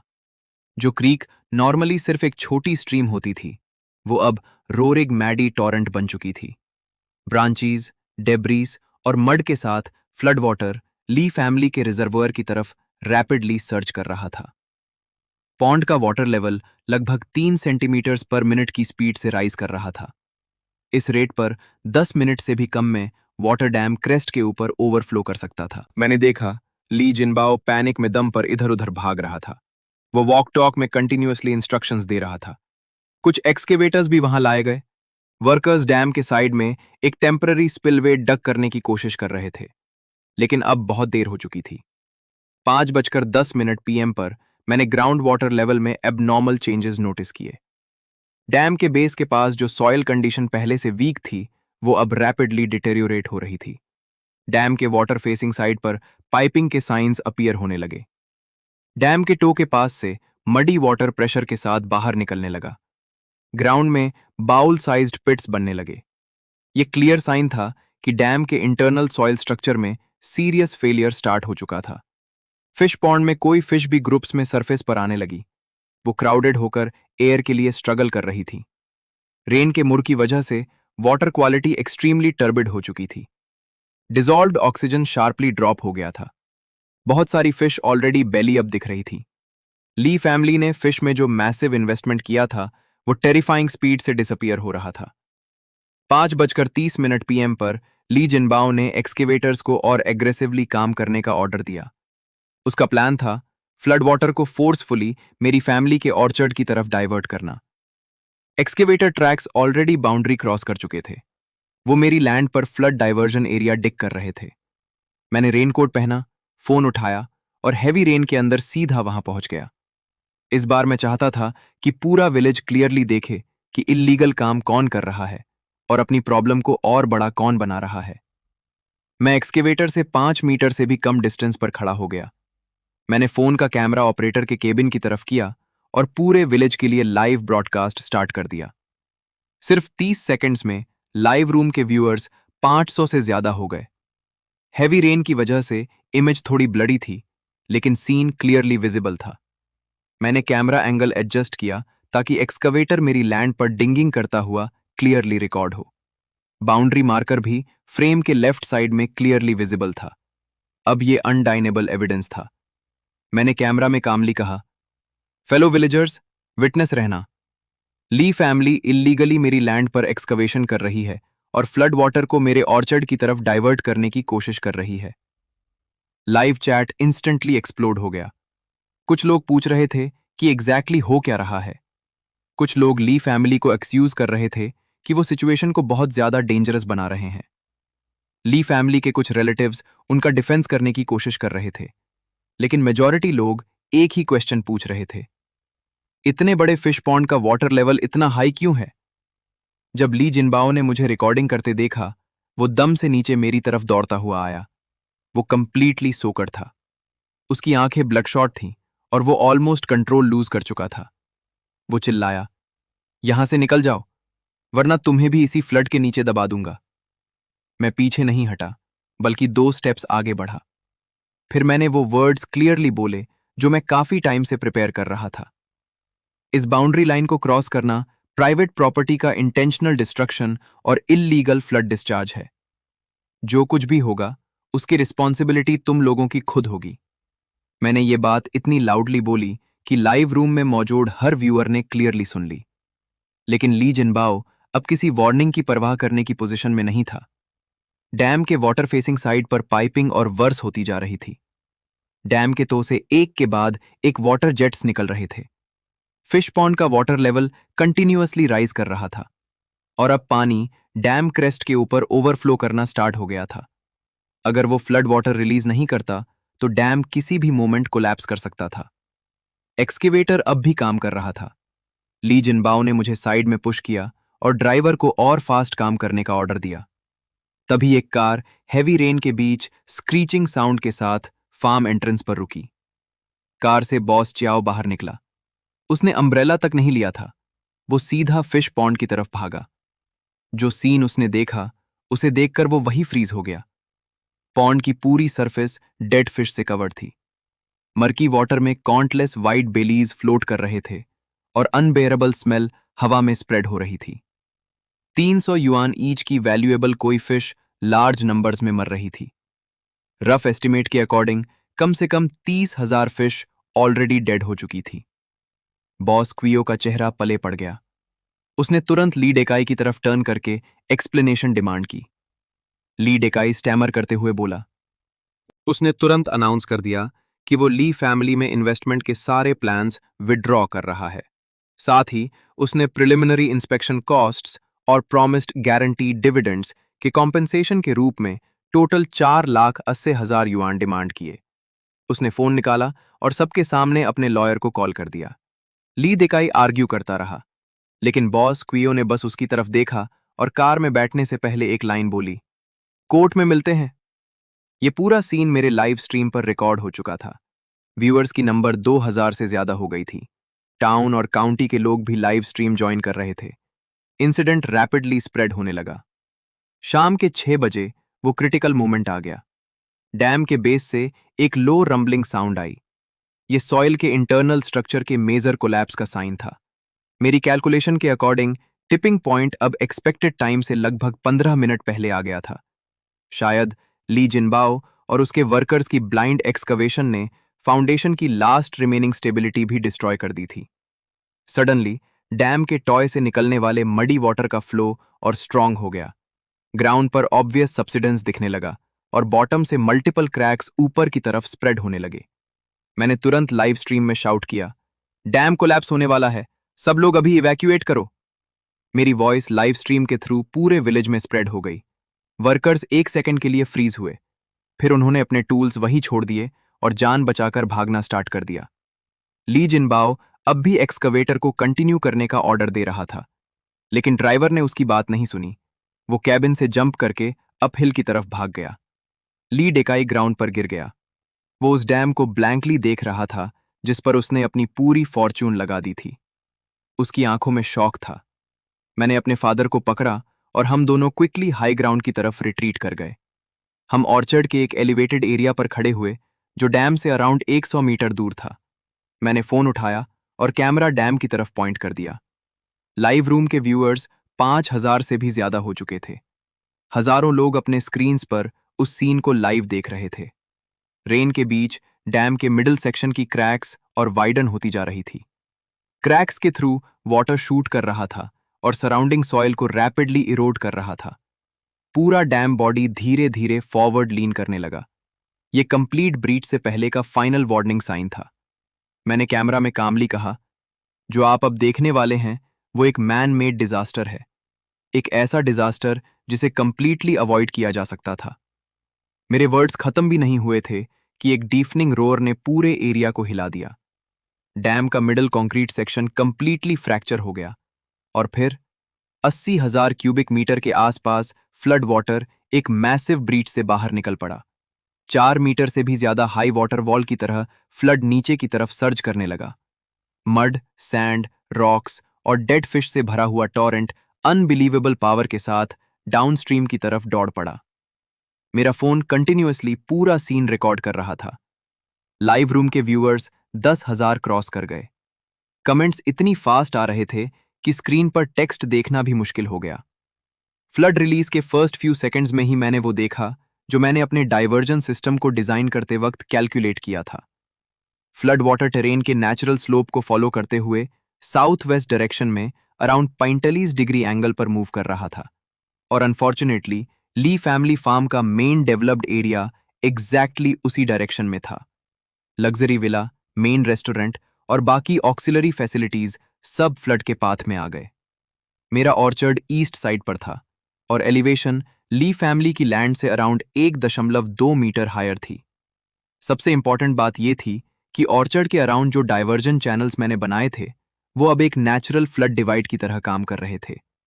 जैसे ही सरफेस वाटर ऑर्चर्ड के एज पर पहुंचता, वो ऑटोमेटिकली डीप डाइवर्जन चैनल्स में गाइड हो जाता। वहां से अंडरग्राउंड ड्रेनेज नेटवर्क के थ्रू पानी लोअर लाइंग एरियाज की तरफ डिस्चार्ज हो रहा था। इसलिए फ्लड का मेन फोर्स ली फैमिली के फार्म की तरफ चला गया। वाटर का मैसिव टॉरेंट सीधा ली फैमिली की लग्जरी विला की तरफ बढ़ा। ये 3 स्टोरी यूरोपियन स्टाइल विला थी जिसे बनाने में 8 लाख युआन से ज्यादा खर्च हुआ था। ली डेकाई ने प्लान किया था कि फर्स्ट फ्लोर को रिसेप्शन हॉल बनाएगा और सेकंड और थर्ड फ्लोर्स को गेस्ट हाउसेस के रूप में यूज करेगा। लेकिन अब 4 मीटर हाई फ्लड वाटर की वॉल पूरी फोर्स के साथ विला की लोड बेयरिंग वॉल, लेदर सोफ्स और महोगनी फर्नीचर फ्लड में टॉयज की तरह बहने लगे। मैंने फोन का कैमरा एडजस्ट किया ताकि हर डिटेल क्लियरली रिकॉर्ड होती रहे, लेकिन फ्लड अभी रुका नहीं था। लग्जरी रेस्टोरेंट की कलरफुल टाइल्ड रूफ भी फ्लड के एक्सट्रीम फोर्स के सामने टिक नहीं पाई। और देखते ही देखते वो पूरी तरह उठकर पानी के साथ बहने लगी। किचन इक्विपमेंट, जिसका वैल्यू 1 लाख युआन से भी ज्यादा था, वो हर तरफ बिखर गया। सीनिक वुडन बोर्ड वॉक लकड़ी की पतली ट्विक्स की तरह टूटकर फ्लड में बह गया। Expensive treated wood planks muddy current के साथ दूर तक चले गए। फिश पॉन्ड कंप्लीटली कोलैप्स्ड हो गया। बाकी बची 20,000 कोई फिश फ्लड के साथ अलग अलग डायरेक्शंस में बह गईं। ज्यादातर डाउनस्ट्रीम ड्रेनेज डिच में चली गईं, जबकि कुछ शॉलो एरियाज में फंसकर डेस्परेटली स्ट्रगल कर रही थी। ली जिनबाओ ने फिंगरलिंक्स में जो 1.2 मिलियन युआन इन्वेस्ट किए थे, अब वो जमीन पर पड़ी डेड फिश के अलावा कुछ नहीं बचा था। मैंने फादर की तरफ देखा। उनके चेहरे पर मिक्स्ड इमोशंस थे। एक तरफ डिजास्टर से बचने का रिलीफ था, लेकिन दूसरी तरफ ली फैमिली के साथ जो हुआ था उसका शॉक भी था। मैंने लाइव कैमरा की तरफ देखकर कामली कहा, यह नेचर के लॉज को इग्नोर करने और बिना सोचे समझे कंस्ट्रक्शन करने का कॉन्सिक्वेंस है। लाइव रूम में कुछ व्यूअर्स ने क्वेश्चन करना शुरू कर दिया कि क्या मैंने सीक्रेटली कुछ किया था। उनका कहना था कि फ्लड इतनी परफेक्टली मेरी लैंड को कैसे अवॉइड कर गया। मैं इसके लिए ऑलरेडी प्रिपेयर्ड था। मैंने फोन का डिस्प्ले स्विच किया और वो टोपोग्राफिक सर्वे मैप निकाला जो मैंने पहले से प्रिपेयर कर रखा था। मैप पर पूरे एरिया की एलिवेशन क्लियरली मार्क्ड थी। ली फैमिली का farm naturally low lying catchment area में था, जबकि मेरा ऑर्चर्ड कंपैरेटिवली हाई ग्राउंड पर लोकेटेड था। यह सिर्फ ऑब्जेक्टिव ज्योग्राफिकल कंडीशन थी। मैंने एक्सप्लेन किया कि कोई भी काउंटी लैंड ब्यूरो से ओरिजिनल डेटा रिट्रीव करके इस इंफॉर्मेशन को वेरीफाई कर सकता है। फिर मैंने कहा, लो लाइंग एरिया में डैम बनाकर वाटर स्टोर करना खुद बेसिक हाइड्रोलिक प्रिंसिपल्स के अगेंस्ट है। मैंने उन्हें मल्टीपल टाइम्स वार्निंग दी थी, लेकिन उन्होंने इग्नोर करना चूज किया। लगभग 20 मिनट तक फ्लड एक्सट्रीमली पावरफुल रहा, फिर ग्रेजुअली वाटर लेवल कम होने लगा। जब रेन फाइनली थोड़ी वीक हुई, ली फैमिली का फार्म कंप्लीटली अनरिकॉग्नाइजेबल था। विला का फर्स्ट फ्लोर पूरी तरह कोलैप्स हो चुका था। सेकेंड फ्लोर वॉल्स में डेंजरस क्रैक्स आ चुके थे। रेस्टोरेंट की मेन स्ट्रक्चर अभी खड़ी थी, लेकिन अंदर की सारी फैसिलिटीज डिस्ट्रॉय हो चुकी थी। फिश पॉन्ड अब एक ह्यूज मडी पिट बन चुका था और डैम के मिडल में एक मैसिव गैप रह गया था। इनिशियल एस्टिमेट के अकॉर्डिंग ली फैमिली का direct economic loss 3 million yuan से भी ज्यादा था। ली डेकाई मुर में स्लम्ड होकर बैठा हुआ ट्रेम्बल कर रहा था। ली जिनबाओ रुइंस के सामने नीज पर बैठा था, दोनों हाथों से अपना हेड पकड़कर डेस्परेट स्क्रीन कर रहा था। मैंने लाइव स्ट्रीम एंड कर दिया, लेकिन वीडियो डिलीट नहीं किया। ये कंप्लीट 23 मिनट रिकॉर्डिंग ऑलरेडी 20,000 से ज्यादा लोग देख चुके थे और काउंटलेस लोग इसे डाउनलोड करके सेव कर चुके थे। आने वाले लीगल प्रोसीडिंग्स में यह सबसे पावरफुल एविडेंस बनने वाला था। रेन कंटिन्यू थी, लेकिन सबसे इंटेंस फेज खत्म हो चुका था। मैंने फादर का हाथ पकड़ा और ऑर्चर्ड की तरफ वापस चला गया। सबसे पहले मैंने डाइवर्जन सिस्टम चेक किया। सिस्टम ने परफेक्टली काम किया था। सारा एक्यूमुलेटेड वाटर ड्रेन हो चुका था। फ्रूट ट्रीज की रूट्स के आसपास कहीं भी वाटर लॉगिंग नहीं थी। जो ट्रीज फोलियर फर्टिलाइजर की हेल्प से बैरली अलाइव रहे थे, वो रेन के बाद ऑलरेडी रिकवरी के साइंस दिखा रहे थे। ब्रांचीज पर टाइनी ग्रीन शूट्स नजर आ रहे थे। ये क्लियर साइन था कि ट्रीज दोबारा रिवाइव हो रहे हैं। मैं ऑर्चर्ड में खड़ा होकर डिस्टेंस पर ली फैमिली के डिस्ट्रॉयड फार्म को देख रहा था, लेकिन मुझे पता था असली रिकनिंग अभी शुरू हुई थी। फ्लड के कंप्लीटली रिसीड होने के बाद दी फैमिली का फार्म एक होलोड आउट शेल जैसा लग रहा था। पूरे ग्राउंड पर 30 सेंटीमीटर से ज्यादा थिक येलो मड जमा थी। विला का फर्स्ट फ्लोर कंप्लीटली कोलैप्स हो चुका था और स्टील बार्स बार की तरफ बेंट दिख रहे थे। रेस्टोरेंट की मेन बिल्डिंग को डेंजरस डिक्लेयर कर दिया गया और उस पर रेड वार्निंग सील्स लगा दिए गए। लो लाइंग एरिया में डेड फिश हर तरफ पड़ी थी। 50,000 कोई फिश जो कभी फार्म का बिगेस्ट अट्रैक्शन थी, अब डिजास्टर के बाद एक कंप्लीटली डिफरेंट सीन क्रिएट कर रही थी। डेड फिश की स्मेल हवा के साथ हंड्रेड्स ऑफ मीटर्स तक स्प्रेड हो रही थी। रेन रुकने के नेक्स्ट मॉर्निंग 3 व्हीकल्स एक साथ ली फैमिली फार्म पर पहुंची। पहली vehicle county water resources bureau की एनफोर्समेंट व्हीकल थी। ऑफिशियल्स ने डैम कोलैप्स साइट की कंप्लीट इन्वेस्टिगेशन स्टार्ट की। कंक्लूजन बिल्कुल क्लियर था। डैम की हाइट अप्रूव्ड स्टैंडर्ड से 1.7 मीटर ज्यादा थी और 3 इमरजेंसी स्पिलवेज को इल्लीगली ब्लॉक किया गया था। यह सीरियस इल्लीगल कंस्ट्रक्शन था। दूसरी व्हीकल टाउन पुलिस स्टेशन की थी। पुलिस ऑफिसर्स अपने साथ वो कंप्लीट एविडेंस लाए जो मैंने पहले सबमिट किया था। इसमें reports, on site warning videos और इंफ्रारेड सर्विलेंस फुटेज इंक्लूडेड थी। सर्विलेंस फुटेज में क्लियरली रिकॉर्ड था कि ली जिनबाओ ने रात के वक्त अपने वर्कर्स को भेजकर स्पिलवे पॉइंट्स डैमेज करवाए थे। यह फुटेज एक्सट्रीमली इंपॉर्टेंट थी। इसने प्रूव कर दिया कि ली फैमिली ने इंटेंशनली पब्लिक सेफ्टी फैसिलिटीज को डैमेज किया था। तीसरी व्हीकल बॉस च्याओ की लीगल टीम की थी। उनके हाथों में थिक फोल्डर्स थे। वो सिविल लॉ सूट इनिशिएट करने के लिए रेडी थे। मैं ऑर्चर्ड के एज पर खड़ा होकर सब कुछ ऑब्जर्व कर रहा था। ली जिनबाओ रूइंस के बीच अपने फादर को ढूंढकर उनके पास खड़ा हो गया। दोनों कोलैप्स्ड विला के सामने ब्लैंकली खड़े रहे। ली देकाई ऐसा लग रहा था जैसे एक ही दिन में 10 साल बुढ़ा हो गया हो। उसकी बैक हंच्ड थी और आंखों में कोई कॉन्फिडेंस नहीं था।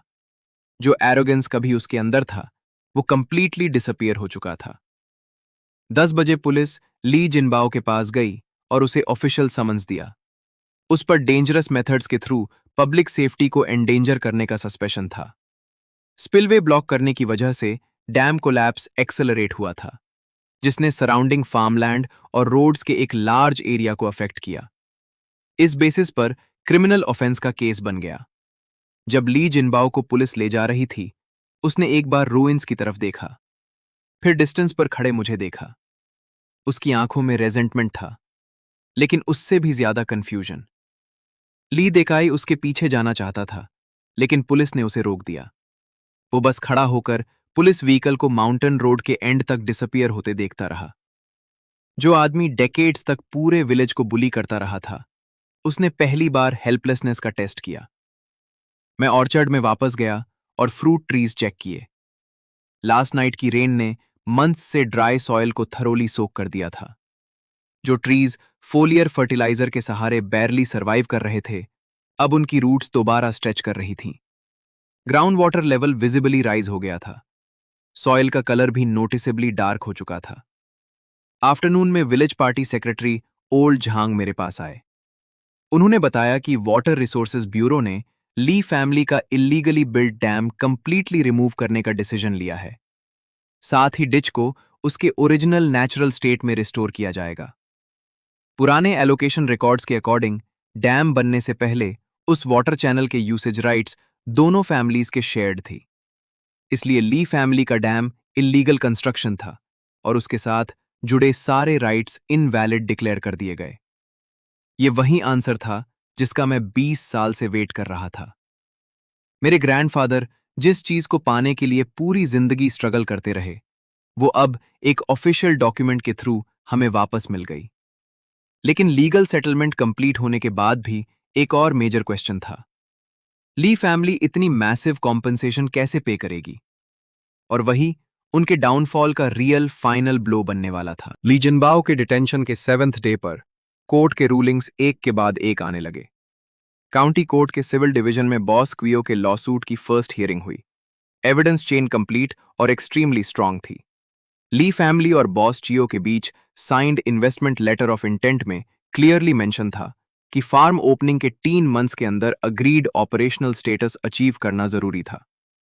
अगर ये कंडीशन फुलफिल नहीं होती तो डिपॉजिट रिफंड के साथ लिक्विडेटेड डैमेजेस भी पे करने थे। बॉस क्वियो के लॉयर ने कोर्ट में 37 पेजेस ऑफ एविडेंस प्रेजेंट की। इसमें ली फैमिली फार्म की on site photographs, dam collapse का वीडियो और मेरी लाइव स्ट्रीम की कंप्लीट डिजास्टर अकॉर्डिंग इंक्लूडेड थी। एविडेंस ने प्रूव किया कि ली फैमिली नॉर्मल ऑपरेशन कंटिन्यू करने की कंडीशन में ही नहीं थी। लॉयर ने इससे फ्रॉडुलेंट सोलिसिटेशन का केस बताया। ली डेकाई के लॉयर ने डिफेंस में आर्ग्यूमेंट दिया कि डैम कोलैप्स एक फोर्स म्योर यानी नेचुरल डिजास्टर था। उनका कहना था कि ली फैमिली को पूरी रिस्पॉन्सिबिलिटी नहीं लेनी चाहिए।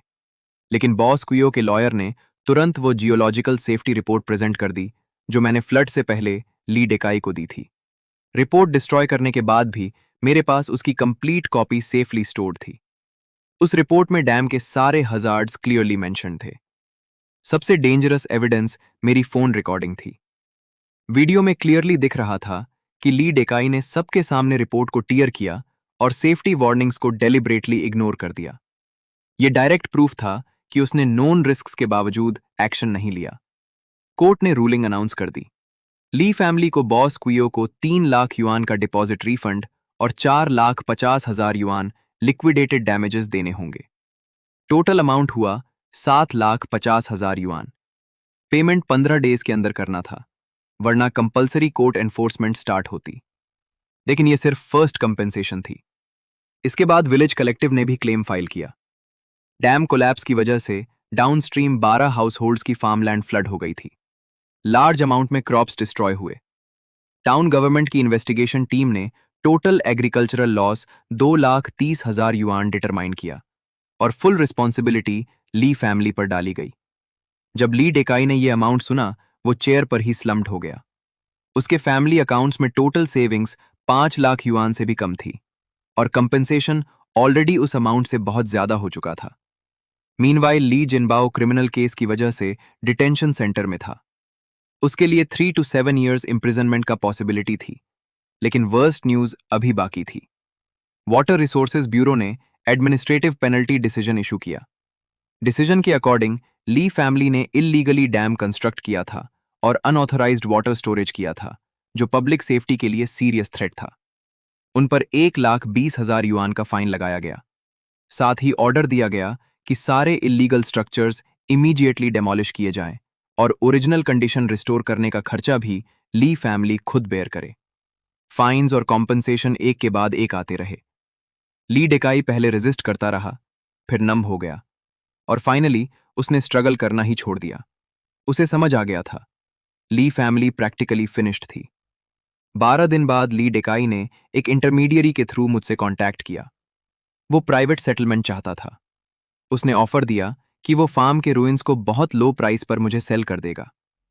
बदल में उसने मुझे से सिर्फ इतना कहा कि मैं अथॉरिटीज के सामने उसके लिए लीनियंसी की रिक्वेस्ट करूं और कॉम्पेंसेशन रिड्यूस करवाने में हेल्प करूं। उसने कहा, बैक देन ली फैमिली ने तुम्हारे साथ गलत किया था, लेकिन अब हमारे पास इतने पैसे नहीं हैं। मैंने सेटलमेंट रिफ्यूज कर दिया। यह पर्सनल रिसेंटमेंट की वजह से नहीं था। मेरा मानना था कि लीगल प्रोसेस कंप्लीट होना जरूरी था। हर डेट के सामने एक विक्टिम था जो कंपेंसेशन का वेट कर रहा था। अगर मैं ली फैमिली के लिए प्लीड करता तो दूसरे विक्टिम्स के साथ अनफेयर होता, और ली फैमिली पर मेरा भी एक डेट था। मैंने लॉयर को कोर्ट में लॉसूट मटेरियल सबमिट करने को कहा। केस का पर्पस था मेरे फ्रूट ट्रीज को वाटर सप्लाई कट करने की वजह से हुए लॉसेस का कंपेंसेशन लेना। मैंने लास्ट 3 मंथ्स के डिटेल्ड रिकॉर्ड सबमिट किए। इसमें soil test reports, dead fruit trees की स्टैटिस्टिक्स, फोलियर फर्टिलाइजर की परचेज रिसीट्स और ट्रीज को अलाइव रखने के सारे एक्सपेंसेस इंक्लूडेड था। टोटल लॉस अमाउंट 1,87,000 युआन था। ली डेकाई के लॉयर ने काउंटर अटैक करने की कोशिश की। उनका क्लेम था कि मेरे डाइवर्जन सिस्टम ने ग्राउंड वाटर बैलेंस डिस्टर्ब किया और दाम की डिटीरियोरेशन एक्सेलरेट की। इसलिए वो डिमांड कर रहे थे कि मैं भी जॉइंट लाइबिलिटी बेयर करूं। लेकिन एग्जैक्टली यही वो मोमेंट था जिसका मैं वेट कर रहा था। मैंने कोर्ट में 3 की पीसेस ऑफ एविडेंस प्रेजेंट किए। पहला था प्रोविंशियल जियोलॉजिकल सर्वे इंस्टीट्यूट का प्रोफेशनल असेसमेंट रिपोर्ट। इसने प्रूव किया कि मेरा डाइवर्जन सिस्टम सॉइल और वाटर कंजर्वेशन स्टैंडर्ड्स को मीट करता था और उसमें कोई वायोलेशन नहीं था। दूसरा था एग्रीकल्चरल ब्यूरो का soil improvement project approval document. इससे प्रूव होता था कि मेरी कंस्ट्रक्शन लीगली अप्रूव्ड थी। तीसरा और सबसे इंपॉर्टेंट एविडेंस था इंफ्रारेड सर्विलेंस फुटेज। फुटेज में क्लियरली रिकॉर्ड था कि ली फैमिली ने रात के वक्त वर्कर्स को भेजकर डाइवर्जन चैनल को डैमेज करने की कोशिश की थी। वीडियो से क्लियर था कि ली फैमिली ने खुद क्रिटिकल फ्लड डिस्चार्ज सिस्टम को डिस्ट्रॉय किया था। तीनों पीसेस ऑफ एविडेंस प्रेजेंट होने के बाद अपोजिंग लॉयर के पास कहने के लिए कुछ नहीं बचा। जज ने ली फैमिली का काउंटर क्लेम इमीडिएटली डिसमिस कर दिया। कोर्ट ने रूलिंग दी कि ली फैमिली को मुझे फुल कॉम्पेंसेशन पे करना होगा। जजमेंट में स्पेसिफिकली मेंशन किया गया कि डिफेंडेंट की एक्शंस मलिशियस इन्फ्रिंजमेंट कॉन्स्टिट्यूट करती हैं और उनकी अनरीजनेबल डिफेंसेस रिजेक्ट की जाती हैं। कोर्ट से बाहर निकलते वक्त मैंने ली डकाई को कोर्ट हाउस की स्टेयर्स पर देखा। वो अपना फेस दोनों हाथों से कवर करके बैठा हुआ था। जजमेंट इफेक्टिव होने के 10वें डे पर ली डेकाई ने डेट्स पे करने के लिए फैमिली एसेट्स सेल करना स्टार्ट कर दिया। रूइंड फार्म कंप्लीटली अबैंडन्ड था। पूरा एरिया मड और डेड फिश से भरा था। ऑक्शन में मिनिमम प्राइस पर भी कोई बायर नहीं मिला। ली डेकाई को सिर्फ डेमोलिशन वेस्ट से कुछ रेबार और ब्रिक्स सैल्वेज करने पड़े।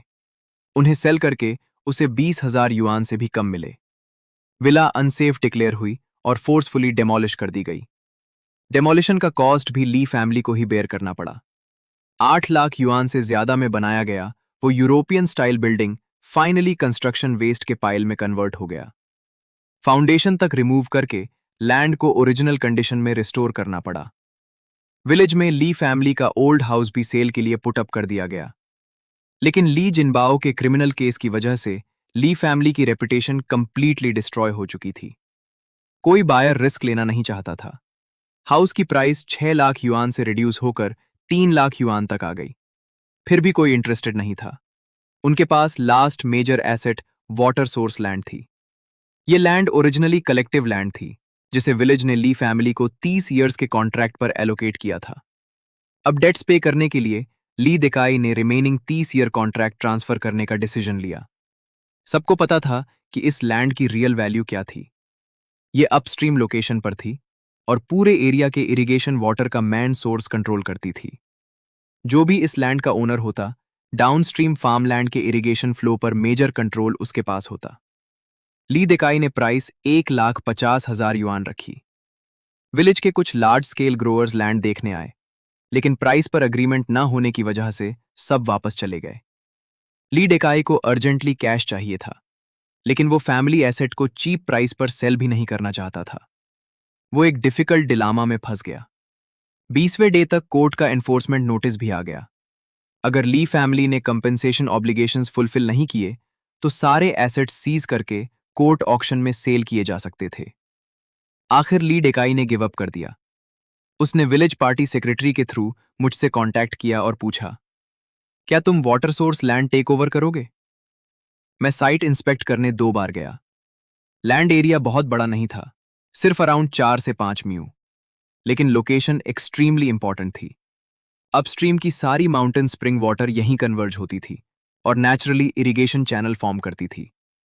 इसी जियोग्राफिकल एडवांटेज का यूज करके ली फैमिली ने ईयर्स पहले डैम बनाया था और हमारे ऑर्चर्ड की वाटर लाइफलाइन ब्लॉक की थी। मैंने ऑफर दिया 80,000 युआन। ली डेकाई बहुत देर तक साइलेंट रहा। यह उसकी एक्सपेक्टेड प्राइस से हाफ से भी कम था, लेकिन अब उसके पास चॉइस नहीं थी। कोर्ट एनफोर्समेंट डेडलाइन सिर्फ 5 दिन दूर थी। अगर वो इनफ मनी अरेंज नहीं कर पाता, तो ओल्ड हाउस भी ऑक्शन हो जाता। 3 दिन बाद विलेज कमेटी में ट्रांसफर एग्रीमेंट साइन हुआ।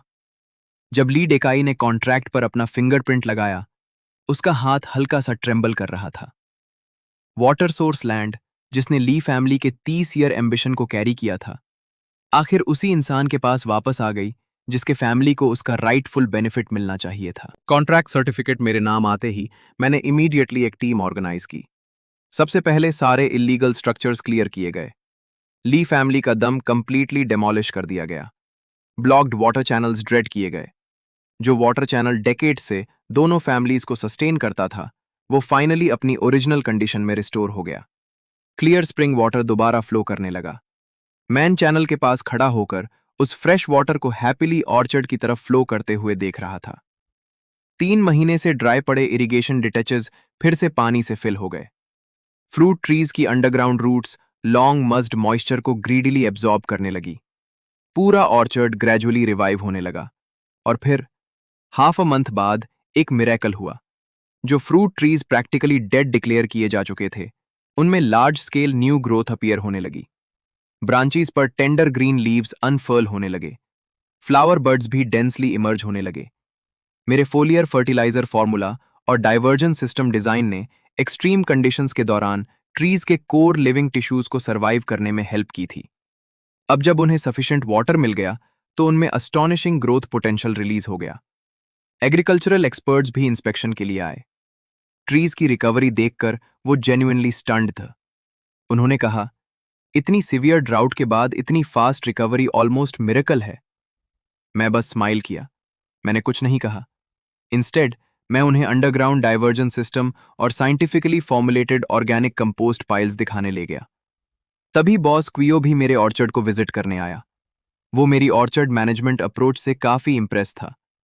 उसने हाई एंड मार्केट में ऑर्गेनिक फ्रूट्स इंट्रोड्यूस करने के लिए इन्वेस्टमेंट पार्टनरशिप का प्रपोजल दिया। मैंने प्रपोजल एक्सेप्ट कर लिया, लेकिन एक कंडीशन रखी। टेक्नोलॉजी और मैनेजमेंट डिसीजंस मेरे अंडर होंगे। मैं अपने ऑर्चर्ड को सिर्फ एक प्रॉफिटेबल बिजनेस नहीं बनाना चाहता था। मैं साइंटिफिकली मैनेज्ड ऑर्गेनिक एग्रीकल्चर का एक सक्सेसफुल एग्जाम्पल क्रिएट करना चाहता था। मीनवाइल ली जिनबाओ को 5 इयर्स इम्प्रिजनमेंट की सेंटेंस मिली। ली फैमिली का ओल्ड हाउस सेल होने के बाद ली डेकाई टाउन में एक रेंटेड प्लेस पर शिफ्ट हो गया। कभी कभी मुझे वो रोड पर दिख जाता था। उसकी बैक हमेशा झुकी रहती।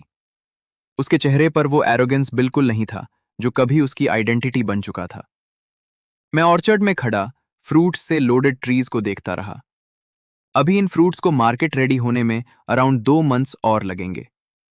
इन ट्रीज ने ड्रॉट देखा, हैवी रेनस्टॉर्म्स देखे, ह्यूमन कॉन्फ्लिक्ट्स और डिजास्टर भी देखा। फिर भी ये स्टम्बली नाली सर्वाइव कर गए। शायद यही लाइफ की रियल रेजिलियंस है। मेरे फादर मेरे पास खड़े थे। उनकी आंखों में टीयर्स शाइन कर रहे थे। उन्होंने धीरे से कहा, अगर तुम्हारे ग्रैंडफादर आज जिंदा होते और इन फ्रूट ट्रीज को दोबारा जिंदा देखते तो वो बहुत खुश होते। मैंने कुछ नहीं कहा, बस दूर फ्लोइंग वाटर की तरफ देखता रहा। जो वाटर चैनल कभी हमारे लिए एक प्रॉब्लम था, आज वही हमारे ऑर्चर्ड की लाइफ बन चुका था। जस्टिस शायद लेट हो सकती है, लेकिन आखिरकार अपना रास्ता जरूर ढूंढ लेती है। और एक ट्रू एग्रीकल्चरल यूनिवर्सिटी ग्रेजुएट सिर्फ डिग्री सर्टिफिकेट पर डिपेंड नहीं करता। वो नॉलेज से अपनी डेस्टिनी चेंज करता है, विजडम से अपनी होमलैंड को प्रोटेक्ट करता है, और साइंस के थ्रू इम्पॉसिबल सिचुएशंस को भी अपॉर्चुनिटी में बदल देता है। मैंने ग्रीन लीव से भरे ऑर्चर्ड को देखा। फ्रेश वाटर कंटिन्यूसली फील्ड्स की तरफ फ्लो कर रहा था। फ्रूट ट्रीज हवा में स्लोली स्वै कर रहे थे। और मुझे समझ आ गया, ऑर्चर्ड की असली स्प्रिंग अभी शुरू हुई है।